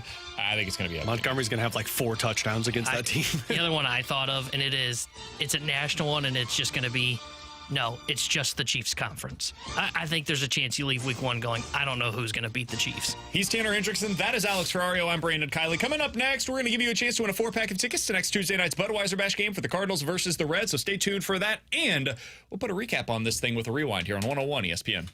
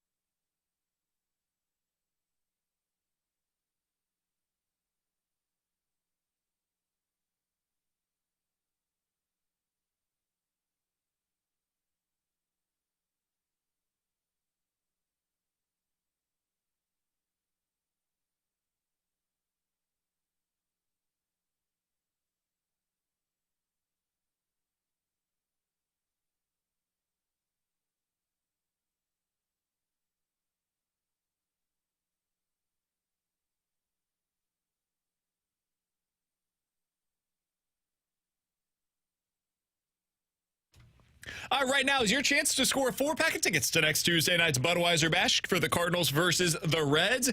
You can check out all the info at 101ESPN.com. Thanks to Budweiser for hooking us up with Budweiser Bash tickets all season long. This one includes a limited edition Chris Carpenter bobblehead giveaway. It is the final Bud Bash game of the season. 314-399-9646 is the Air Comfort Service text line. If you are texting number 101, with the correct answer to the following question, you are getting this week's 4-pack of tickets to next Tuesday night's Budweiser Bash game. The question of the day, Alex, earlier today during the Junk Drawer story, during One's Gotta Go, we talked about pizza, and one of us said we like pineapple on our pizza as a topping. Who was that individual? Which one of the three of us? You got a 1 in 3 shot of getting this right, or if you listened, you'll know the answer correct. Which one of us loves pineapple on our pizza? If you have the correct answer to that, and your texture number 101, you are getting the 4-pack of tickets to the Budweiser Bash game on Tuesday night. Even if you didn't listen, I feel like you got a better than 33% chance. Could it be? All right, let's hit the rewind here, Alex. Cardinals versus the Mariners, 3-game set going into the weekend. How many do the Cardinals need to win this weekend for you to feel good about it coming up on Monday morning? All 3, and I'm not sure I feel good. I feel better. How many do you think they will win this weekend? I think they take 2 of 3. I think they win this series. I do think they keep the momentum rolling, but 2 out of the 3 doesn't make that much of a difference because I don't even know if that gains you any ground. I think they win 1 out of 3 really tough pitching matchups going into this weekend, and I don't think you feel good about it. And I think on Monday we say, okay, that was it. Now it's time to play the young guys. That's kind of how I feel going into this weekend for the Cardinals. Your favorite bet of the weekend in either the NFL or college football is what, Alex? If you're going over to the Circus Sports app this weekend, what's the number 1 bet you're placing? I'm sticking with my number 3-point play because I'm so confident in it. Cowboys are easily going to wipe the floor with the Cleveland Browns. It's interesting. Mine's in that game, but it's the under. I like the under 40.5. I do like that one, too. I love the Lions minus 4.5 against the Rams. I do not think the Rams are going to be able to handle that running game. Finally, college football side of things here. The 2 local squads back in action this weekend. Illinois with the bigger game of the 2. Mizzou, a 34.5-point favorite against Buffalo. Illinois, a 4.5-point underdog at home against Kansas. Alex, do you think Illinois and or Mizzou cover the spread this weekend? Mizzou does. Illinois covers but loses. I think both will cover. Illini win straight out. Wow, Money you've line. got Illinois. I love it, man. Field goal comes down, right? Illinois gets absolutely blown out at home against Kansas and Missouri. We'll cover that 34.5-point spread. We'll see who's right, who's wrong about all of that going into the weekend. You guys enjoy yourself. It should be a beautiful weekend in St. Louis this weekend. Lots of sports to take in. First full college football and NFL spread of the year. So for Alex and T-Bone, I'm BK. I'll be on the morning show on Monday. Alex and T-Bone have you taken care of at the Blues Luncheon on Monday as well. We'll talk to you guys then. The Fast Lane's coming up next here on 101 ESPN.